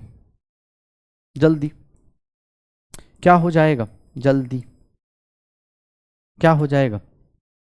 प्रोटॉन्स और न्यूट्रॉन्स 2 और 3, बोथ 2 और 3, ये न्यूक्लियस के अंदर रहते हैं। क्या होते हैं? न्यूक्लियस के अंदर रहते हैं। ये देखिएगा, ये बताइए, what is the other name for anode रे? एनोड रे का अदर नाम क्या होता है? कैनाल रे होता है। सीधा सीधा एक बार में वीडियो पॉज करके अटेम्प्ट कर लीजिए। प्रोडक्शन ऑफ एनोड रे, प्रोडक्शन ऑफ एनोड रे या कैथोड रे, किसी के लिए भी क्या चाहिए होगा? हाई वोल्टेज और very low pressure. High voltage, low pressure. The following is not true for cathode ray. Cathode ray consists of negatively charged particles. सही है। Cathode ray discovered by J.J. Thomson. Nature of cathode ray depends on nature of gas. नहीं यार, ये गलत statement हो गया, यही सही होगा। The following statement about the electron is incorrect. It is negatively charged. Mass of electron is equal to mass of neutrons. ये स्टेटमेंट क्या हो गया? इनकरेक्ट हो गया। Charge to mass ratio of electron, charge to mass ratio बहुत ज्यादा होता है, 10⁻11 होता है कूलम पर केजी। E/m का रेशियो देखेंगे तो E/m रेशियो कैथोड रे का किस पे डिपेंड करता है? नहीं सर, ये डिफरेंट नहीं होता। E/m रेशियो कैथोड रे के केस में डिफरेंट नहीं होता, सेम होता है। E/m रेशियो एनोड रे में अलग अलग गैसेस का अलग अलग होता है। सर ये भी गलत हो जाएगा।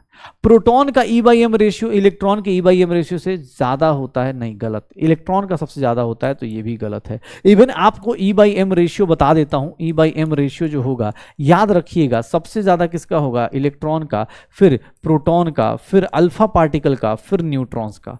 इवन आपको यह भी याद रखिएगा कि E/m ratio of alpha particle is nothing 1/2 E/m ratio of proton. Proton के E/m charge by mass ratio का आधा होता है, ठीक है ना। अल्फा पार्टिकल क्या होता है? हाफ होता है। डायरेक्ट आप रिजल्ट याद रखिए, डिराइव करने की जरूरत नहीं। Atomic models. अब ये चीज आप 9 से पढ़ते आ रहे हैं, 4 एटॉमिक मॉडल्स, हमें पूरे चैप्टर में 4 ही एटॉमिक मॉडल्स पढ़ने हैं। कौन कौन से? तो सबसे पहले कौन सा पढ़ेंगे? Thompson model. सबसे पहले कौन सा पढ़ेंगे? Thompson model. फिर हम लोग कौन सा पढ़ेंगे सर? रदरफोर्ड का model. Thompson model, Rutherford model, ये हम लोग 9th क्लास से पढ़ते आ रहे हैं। ये दोनों मॉडल्स हम लोग 9th क्लास से पढ़ते आ रहे हैं, थॉमसन और रदरफोर्ड। फिर हम लोग क्या पढ़ते हैं सर? ये जो हम लोग अगली क्लास में पढ़ेंगे बोर्स मॉडल, ये हम लोग पढ़ेंगे Bohr's model. And last one हम लोग जो पढ़ने वाले हैं, लास्ट वन जो हम लोग पढ़ने वाले हैं वो है quantum mechanical model. Quantum mechanical model यही हम लोग अगले 2 दिन में डिस्कस करने वाले हैं। सबसे पहले इन दोनों मॉडल्स की बात करें तो थॉमसन मॉडल और रदरफोर्ड मॉडल के बारे में एक नॉर्मल सी कहानी है, ठीक है। थॉमसन मॉडल और रदरफोर्ड मॉडल के बारे में बात करें तो अकॉर्डिंग टू थॉमसन मॉडल क्या होता है? अब ये छोटी छोटी चीज़ें हैं कि एटम क्या होता है? Spherical in shape. रेडियस क्या होता है? ऑब्वियस है, उस टाइम पे इसने बहुत सही बात बोली थी। पॉजिटिव चार्ज यूनिफॉर्मली, ये उसका क्या हो गया? डिमेरिट हो गया, क्योंकि अकॉर्डिंग टू थॉमसन क्या था कि सर ये सारा का सारा जो एटम होता है ये पॉजिटिव चार्ज स्फीयर होता है। अकॉर्डिंग टू थॉमसन क्या था? ये पॉजिटिव स्फीयर होता है और इसके अंदर जो इलेक्ट्रॉन्स होते हैं ये वाटरमेलन की सीड्स की तरह क्या होंगे? ज़्यादा ही बंदा वाटरमेलन खाता होगा या जो भी, ये बोला कि सर कुछ तरीका नहीं होता, बस ऐसे ही डिस्ट्रीब्यूटेड होते हैं, ये इसका डिमेरिट हो गया। इलेक्ट्रॉन्स आज भी ऐसे अरेंज किए जाते हैं ताकि सबसे ज़्यादा स्टेबल कन्फिग्रेशन मिले, आज भी ऐसे अरेंज किए जाते हैं कि ताकि सबसे ज़्यादा स्टेबल कन्फिग्रेशन मिल जाए।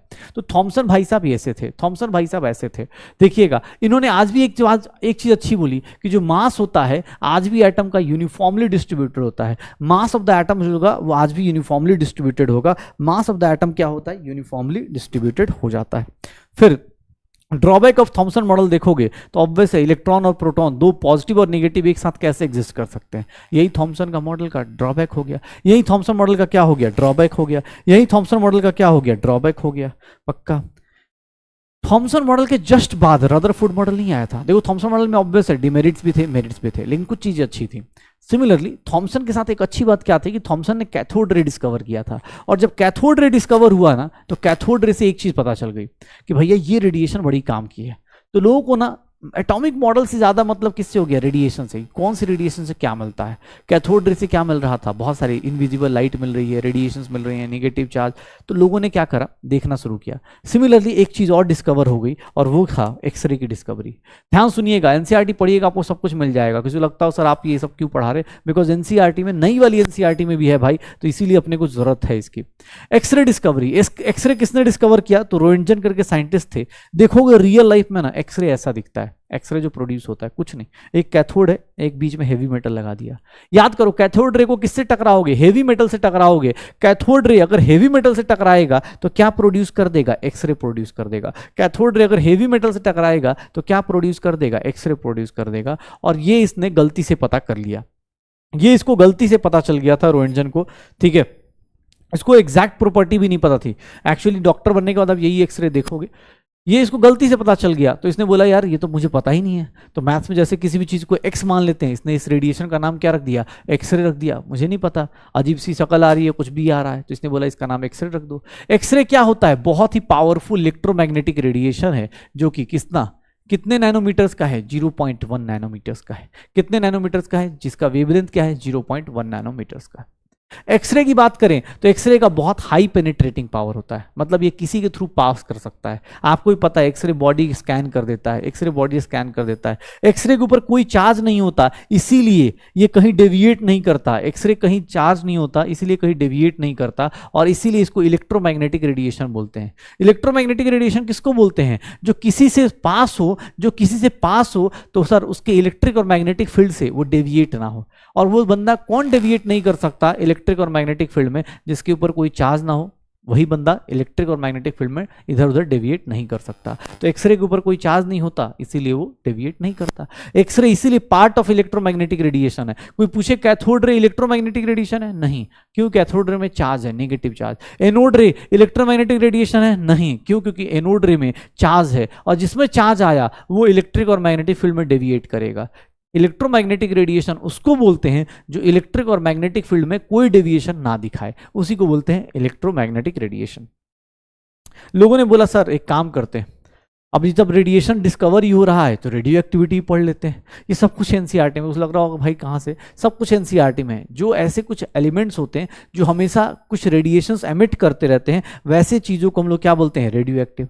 रेडियो एक्टिविटी में हमें 3 चीज़ें पढ़नी है, कौन कौन सी, अल्फा रेस, बीटा रेस और गामा रेस। ध्यान से सुनिएगा, अल्फा रेस के बारे में बात करते हैं। अल्फा रेस क्या पढ़ा, अभी जस्ट पढ़ा था कि सर हीलियम का न्यूक्लियस होता है, हीलियम का न्यूक्लियस होता है सर, ऑब्वियस है चार्ज है तो इसीलिए क्या होगा, डेविएट करेगा किसमें, इलेक्ट्रिक और मैग्नेटिक फील्ड में। बीटा रेस क्या होती हैं सर, एक्चुअली बीटा रेस को देखोगे तो इनके ऊपर सर जो मास होता है वो 0-1 इलेक्ट्रॉन होती हैं। बीटा रेस को हम इलेक्ट्रॉन्स बोल देते हैं। तो बीटा रेस भी क्या होंगे, बीटा रेस भी क्या होंगी, बहुत लाइट पार्टिकल की होंगी, तो इनका पेनिट्रेशन पावर ज्यादा होता है। पेनिट्रेशन पावर आपका ज्यादा होगा क्यों, क्योंकि आपका लाइट पार्टिकल है, 100 टाइम ज्यादा होता है as compared to alpha rays. अगर अल्फा रेज 1 सेंटीमीटर की शीट को पार कर रहा है तो बीटा रेज 100 सेंटीमीटर की शीट को पार कर जाएगा, 100 सेंटीमीटर की शीट को पार कर जाएगा। सर गामा रेज देखो भाई साहब, जिंदगी में गामा रेज देखिएगा। गामा रेज क्या है, ये हाईली एनर्जेटिक रेडिएशन है सर, इनका कुछ ज्यादा ही हाईएस्ट पेनिट्रेशन पावर है as compared to alpha, beta and gamma. और अल्फा रेज क्या था, negatively charge, sorry positively charge. Beta rays क्या था, निगेटिवली चार्ज। गामा रेज क्या होते हैं, दे आर न्यूट्रल। इसीलिए गामा रेडिएशन आपको कहां मिल जाएंगी, इलेक्ट्रोमैग्नेटिक रेडिएशन में मिल जाएगा। गामा रेडिएशन कहां मिल जाएंगी, इलेक्ट्रोमैग्नेटिक रेडिएशन में मिल जाएगा। पेनिट्रेशन पावर देखोगे सबसे ज्यादा, अगर ये 1 सेंटीमीटर है, बीटा 100 होगा, तो गामा कितना होगा, 1000 सेंटीमीटर हो जाएगा। मतलब अगर अल्फा रेडिएशन 1 सेंटीमीटर पेनिट्रेट कर रहा है, बीटा कितना पेनिट्रेट करेगा सर 100, और गामा कितना पेनिट्रेट कर देगा 1000। अल्फा रेडिएशन ऑब्वियस है बहुत हार्मफुल होती है, किसके लिए, आप बायो स्टूडेंट हो, आपको पता है बायोलॉजिकल स्पीसीज के अंदर। क्यों, क्योंकि सर ये क्या कर देती हैं, म्यूटेशन क्रिएट कर देती हैं। गामा रेज, गामा रेज क्या करती हैं, म्यूटेशन क्रिएट कर देती हैं। ये सारे के सारे जो फोटोग्राफिक प्लेट होते हैं ना, उसको इफेक्ट करते हैं, फोटोग्राफिक प्लेट को इफेक्ट करते हैं, बट जो मैक्सिमम इफेक्ट होता है वो कौन करता है, बीटा रेज। अगर इनका E/M रेशियो बोला जाए, अगर इनका E/M रेशियो बोला जाए तो याद रखिएगा सबसे ज्यादा बीटा का, फिर अल्फा का, फिर गामा का।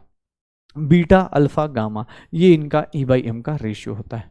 स्पेसिफिक चार्ज का जो ऑर्डर होता है बीटा, अल्फा एंड गामा का, ये ऑर्डर हो जाता है, पक्का हो जाएगा।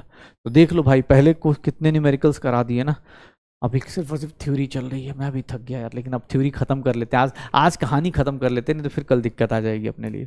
ठीक है, रदरफोर्ड मॉडल की बात करें तो रदरफोर्ड मॉडल में यार तुम्हें ही पता है, रदरफोर्ड मॉडल बहुत सिंपल सा एक्सपेरिमेंट किया गया। रदरफोर्ड मॉडल में बहुत सिंपल सा एक्सपेरिमेंट किया गया। क्या था सर, इसमें क्या किया गया कि सर एक बहुत ही पतली सी गोल्ड फॉयल की शीट ली गई 100 नैनोमीटर्स की, उसके ऊपर क्या बम्बार्ड कर दिया गया, अल्फा रेडिएशन बम्बार्ड कर दिया गया। और इन्होंने क्या किया, ये रेडिएशन ली और साइड में क्या लगा दिया, फ्लोरोसेंट स्क्रीन लगा दी, ये फ्लोरोसेंट जिंक सल्फाइड स्क्रीन लगा दी। और इन्होंने क्या देखा कि भाई साहब कितनी लाइट्स कहाँ जा रही हैं, किस साइड में जा रही हैं। 9th क्लास से पढ़ते आ रहे हैं हम लोग, 9th क्लास से पढ़ते आ रहे हैं ये सब चीज़ें। फास्ट देख लेते हैं। सर कुछ बिना डेविएशन के पास कर गई, कुछ थोड़े एंगल पे डेविएट हुई, और कुछ 20,000 में से एक क्या हुई, बाउंस बैक आई। ऑब्जर्वेशन देखोगे तो most of the alpha particle pass through undeflected. Small कहां से पास हुआ, स्मॉल एंगल से। और बहुत कम 1 in 20,000, 20,000 अगर अल्फा रेज पास कर रहे हो, उसमें से एक ही रेडिएशन क्या हुई, बाउंस बैक आई। 20,000 में से सिर्फ एक रेडिएशन क्या हुई, बाउंस बैक हुई। एक ही रेडिएशन क्या हुई, बाउंस बैक आई। तो भाई अब देखो बाउंस बैक कर गए कितना, एक में से 20,000 बाउंस बैक कर गए। अब देखिएगा ध्यान से, तो यहाँ पर क्या चल रहा है, कंक्लूजन क्या आया कि sir most of the space क्या होगा, अगर सारे के सारे अल्फा पार्टिकल्स बिना किसी डेविएशन के पास कर रहे हैं तो मोस्ट ऑफ द स्पेस क्या होगा, एम्प्टी होगा। अब few alpha particles were deflected, that means क्या कि सर एक बहुत ही छोटा सा स्मॉल पॉजिटिव चार्ज वॉल्यूम में चीजें होंगी, और उसी का नाम हम आगे जाके क्या रख देते हैं, न्यूक्लियस रख देते हैं। रेडियस ऑफ एटम कितना होता है, 10 की पावर -10। रेडियस ऑफ न्यूक्लियस कितना हो जाता है, 10 की पावर -50। मतलब अगर आपको radius of atom upon radius of nucleus का ऑर्डर बोला जाए तो भैया न्यूक्लियस का रेडियस बहुत छोटा होगा, 10 की पावर -10, 10 की पावर -15। सर ये 10 की पावर +5, मतलब रेडियस ऑफ एटम इज 10 की power 5 times radius of nucleus होता है। सोचो कितना, 1 लाख गुना रेडियस ऑफ न्यूक्लियस, 1 लाख गुना छोटा होता है रेडियस ऑफ एटम से। ये किसने बताया, रदरफोर्ड ने। ये इनका कंक्लूजन था, इन्होंने बोला भाई साहब मेरा ऐसा कंक्लूजन होगा। अब रेडियस ऑफ न्यूक्लियस की बात चली है तो रेडियस ऑफ न्यूक्लियस जो किसी भी एटम का देखेंगे, रेडियस ऑफ न्यूक्लियस तो रेडियस ऑफ न्यूक्लियस जो होता है वो directly proportional to mass number का 1/3, मतलब 1/3 मास नंबर का क्या होगा 1/3 मास नंबर का क्या होगा क्यूब रूट पे डिपेंड करेगा। तो भाई मास नंबर का क्यूब रूट के हिसाब से होगा, तो रेडियस ऑफ न्यूक्लियस जो होगा ना वो क्या होगा, अब इसको हटाएंगे, ये क्यूब रूट होगा तो ये a⁻1/3। ये रेडियस ऑफ न्यूक्लियस किसी भी एटम का निकालना चाहते हो तो ऐसे निकल के आएगा, रेडियस ऑफ न्यूक्लियस ऐसे निकल के आएगा। वेयर आर नॉट इज ये क्या है सर रेडियस, या इसकी वैल्यू हम ले लेते हैं, 1.3 इंटू 10⁻⁻15 मीटर। ये कांस्टेंट रखते हैं, आर नॉट क्या है कांस्टेंट है। जैसे कोई भी है, मान लो बेरिलियम है, सॉरी चलो कोई बात नहीं, इसका ले लेते हैं, एल्यूमिनियम का ले लेते हैं 13 और 27। इसका रेडियस ऑफ न्यूक्लियस निकालना है, radius of nucleus of aluminium निकालना है। तो एल्यूमिनियम के न्यूक्लियस का रेडियस कितना होगा आर नॉट इंटू उसका एटॉमिक सॉरी मास नंबर जो होगा उसका क्यूब रूट कर दो 1.3 इंटू 10⁻⁻15। 27 का क्यूब रूट कितना आ जाएगा 3, that will be 3.9 into 10⁻⁻15 metres.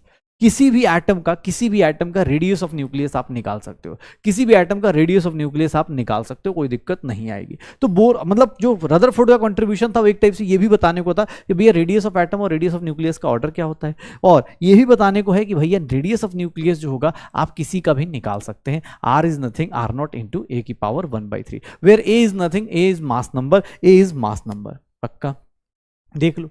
Sir atomic number कितना है, एटॉमिक मास नंबर कितना है 125, आर नॉट की वैल्यू दी हुई है, रेडियस ऑफ न्यूक्लियस निकालना है 1.3 इंटू 10⁻⁻15। 125 किसका क्यूब रूट होता है सर 5 का क्यूब रूट होता है, 5 का क्यूब रूट होता है, तो कितने से मल्टीप्लाई कर दो 5 से, 6.5 इंटू 10⁻⁻15, 6.5 इंटू 10⁻⁻15, पक्का। ये अब जब इतना सब कुछ सही हो गया तो रदरफोर्ड ने अपना एक पोस्टुलेट दे दिया, उसने बोला भाई मेरे हिसाब से रदरफोर्ड मॉडल क्या होगा, मेरे हिसाब से इसी मॉडल को हम लोग नाम देते हैं, इसी मॉडल का नाम देते हैं हम लोग कौन सा प्लैनेटरी मॉडल, इसी मॉडल का नाम होता है प्लैनेटरी मॉडल या फिर सोलर मॉडल। इसने क्या बोला कि भाई साहब जितने भी पॉजिटिव चार्ज पार्टिकल हैं वो सारे के सारे एक छोटे से स्मॉल एरिया में है जिसको बोलते हैं न्यूक्लियस, उस न्यूक्लियस के अराउंड ऑर्बिट्स हैं जिनकी एनर्जी है उसके अराउंड क्या है सर वो सर्कुलर पाथ में है, और उसके अराउंड इलेक्ट्रॉन क्या कर रहा है रिवॉल्व कर रहा है, और जितने भी नंबर ऑफ इलेक्ट्रॉन्स हैं वो equal to number of protons हैं, so that atom remains neutral. याद रखिएगा न्यूट्रल रखा इस बंदे ने भी, थॉमसन ने भी एटम को न्यूट्रल बताया था, इसने भी न्यूट्रल बताया। इसने बोला कि भैया एक क्या है छोटा सा पार्टिकल है जिसको न्यूक्लियस बोलेंगे जहां सारे पॉजिटिव चार्ज हैं, और उसके अराउंड न्यूक्लियस के अराउंड क्या कर रहे हैं इलेक्ट्रॉन्स रोटेट कर रहे हैं, इलेक्ट्रॉन्स क्या कर रहे हैं ऑर्बिट में घूम रहे हैं। जैसे सोलर सिस्टम में होता है कि बीच में क्या हो गया सन और उसके अराउंड क्या हो गए इलेक्ट्रॉन्स घूम रहे हैं, मतलब जैसे हम लोग अर्थ घूम रहा है वैसे उसने बोला कि और न्यूक्लियस फिक्स्ड होगा और इसके अराउंड क्या होंगे सब एटॉमिक पार्टिकल्स या इलेक्ट्रॉन्स की बात करें घूम रहा होगा। इसने बोला सर इलेक्ट्रॉन अट्रैक्ट होकर क्यों नहीं अंदर आ रहा, तो इलेक्ट्रॉन और न्यूक्लियस अंदर क्यों नहीं आ रहे, उसके पीछे का रीजन उसने क्या दिया देखना, उसने इलेक्ट्रॉन और न्यूक्लियस का अंदर नहीं आने का रीजन क्या दिया गया, तो इसने बोला सुनो ये देखो बहुत छोटा सा न्यूक्लियस है और इसके अराउंड अगर इलेक्ट्रॉन घूम रहा है तो ये अंदर क्यों नहीं आ रहा, इनसाइड अट्रैक्ट क्यों नहीं हो रहा, तो रदरफोर्ड ने बोला बहुत सिंपल सी चीज़ है, यहाँ पर जो इलेक्ट्रोस्टैटिक फोर्स लगेगा, जो अट्रैक्शन फोर्स लगेगा, इलेक्ट्रोस्टैटिक फोर्स जो लगेगा वो सर इसके जस्ट अपोजिट एक और फोर्स लग जाएगा that is known as centrifugal force. क्या लगेगा सेंट्रीफ्यूगल या सेंट्रीपिटल, अभी हम लोगों के लिए फिजिक्स की तरह फिजिक्स का हमें डिफरेंस नहीं जानना, हमें एक फोर्स लग जाएगा किसके इक्वल सेंट्रीपिटल फोर्स।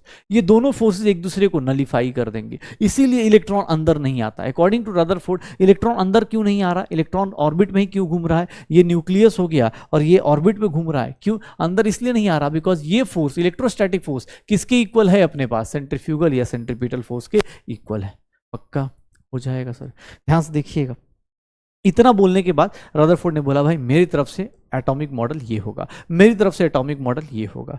फिर लोगों ने बोला चलो भाई तुमने थॉमसन को गलत बोला था, अब रदरफोर्ड को लोग उंगली करने आ गए। और सबसे पहले कौन उंगली करने आया? तो मैक्सवेल आया। मैक्सवेल क्या बोलता है? मैक्सवेल वही है जो फिजिक्स में मिलेगा आपको, मैक्सवेल वही है। ये क्या बोलता है कि भैया कोई भी चार्ज पार्टिकल अगर एक्सीलरेटेड मोशन में घूम रहा है, कोई भी चार्ज पार्टिकल अगर एक्सीलरेटेड मोशन में घूम रहा है तो उसके अंदर से रेडिएशन निकलेगी, इलेक्ट्रोमैग्नेटिक रेडिएशन निकलेगी, और वो रेडिएशन आपको ही पता है धीरे धीरे एनर्जी क्या होगी? कम होगी, क्योंकि आप रेडिएशन एमिट करोगे तो इलेक्ट्रॉन की एनर्जी क्या होगी? कम होगी। और विद इन 10 की पावर -6 सेकेंड्स वो क्या हो जाएगा सर? इलेक्ट्रॉन किस में मर्ज हो जाएगा? न्यूक्लियस में।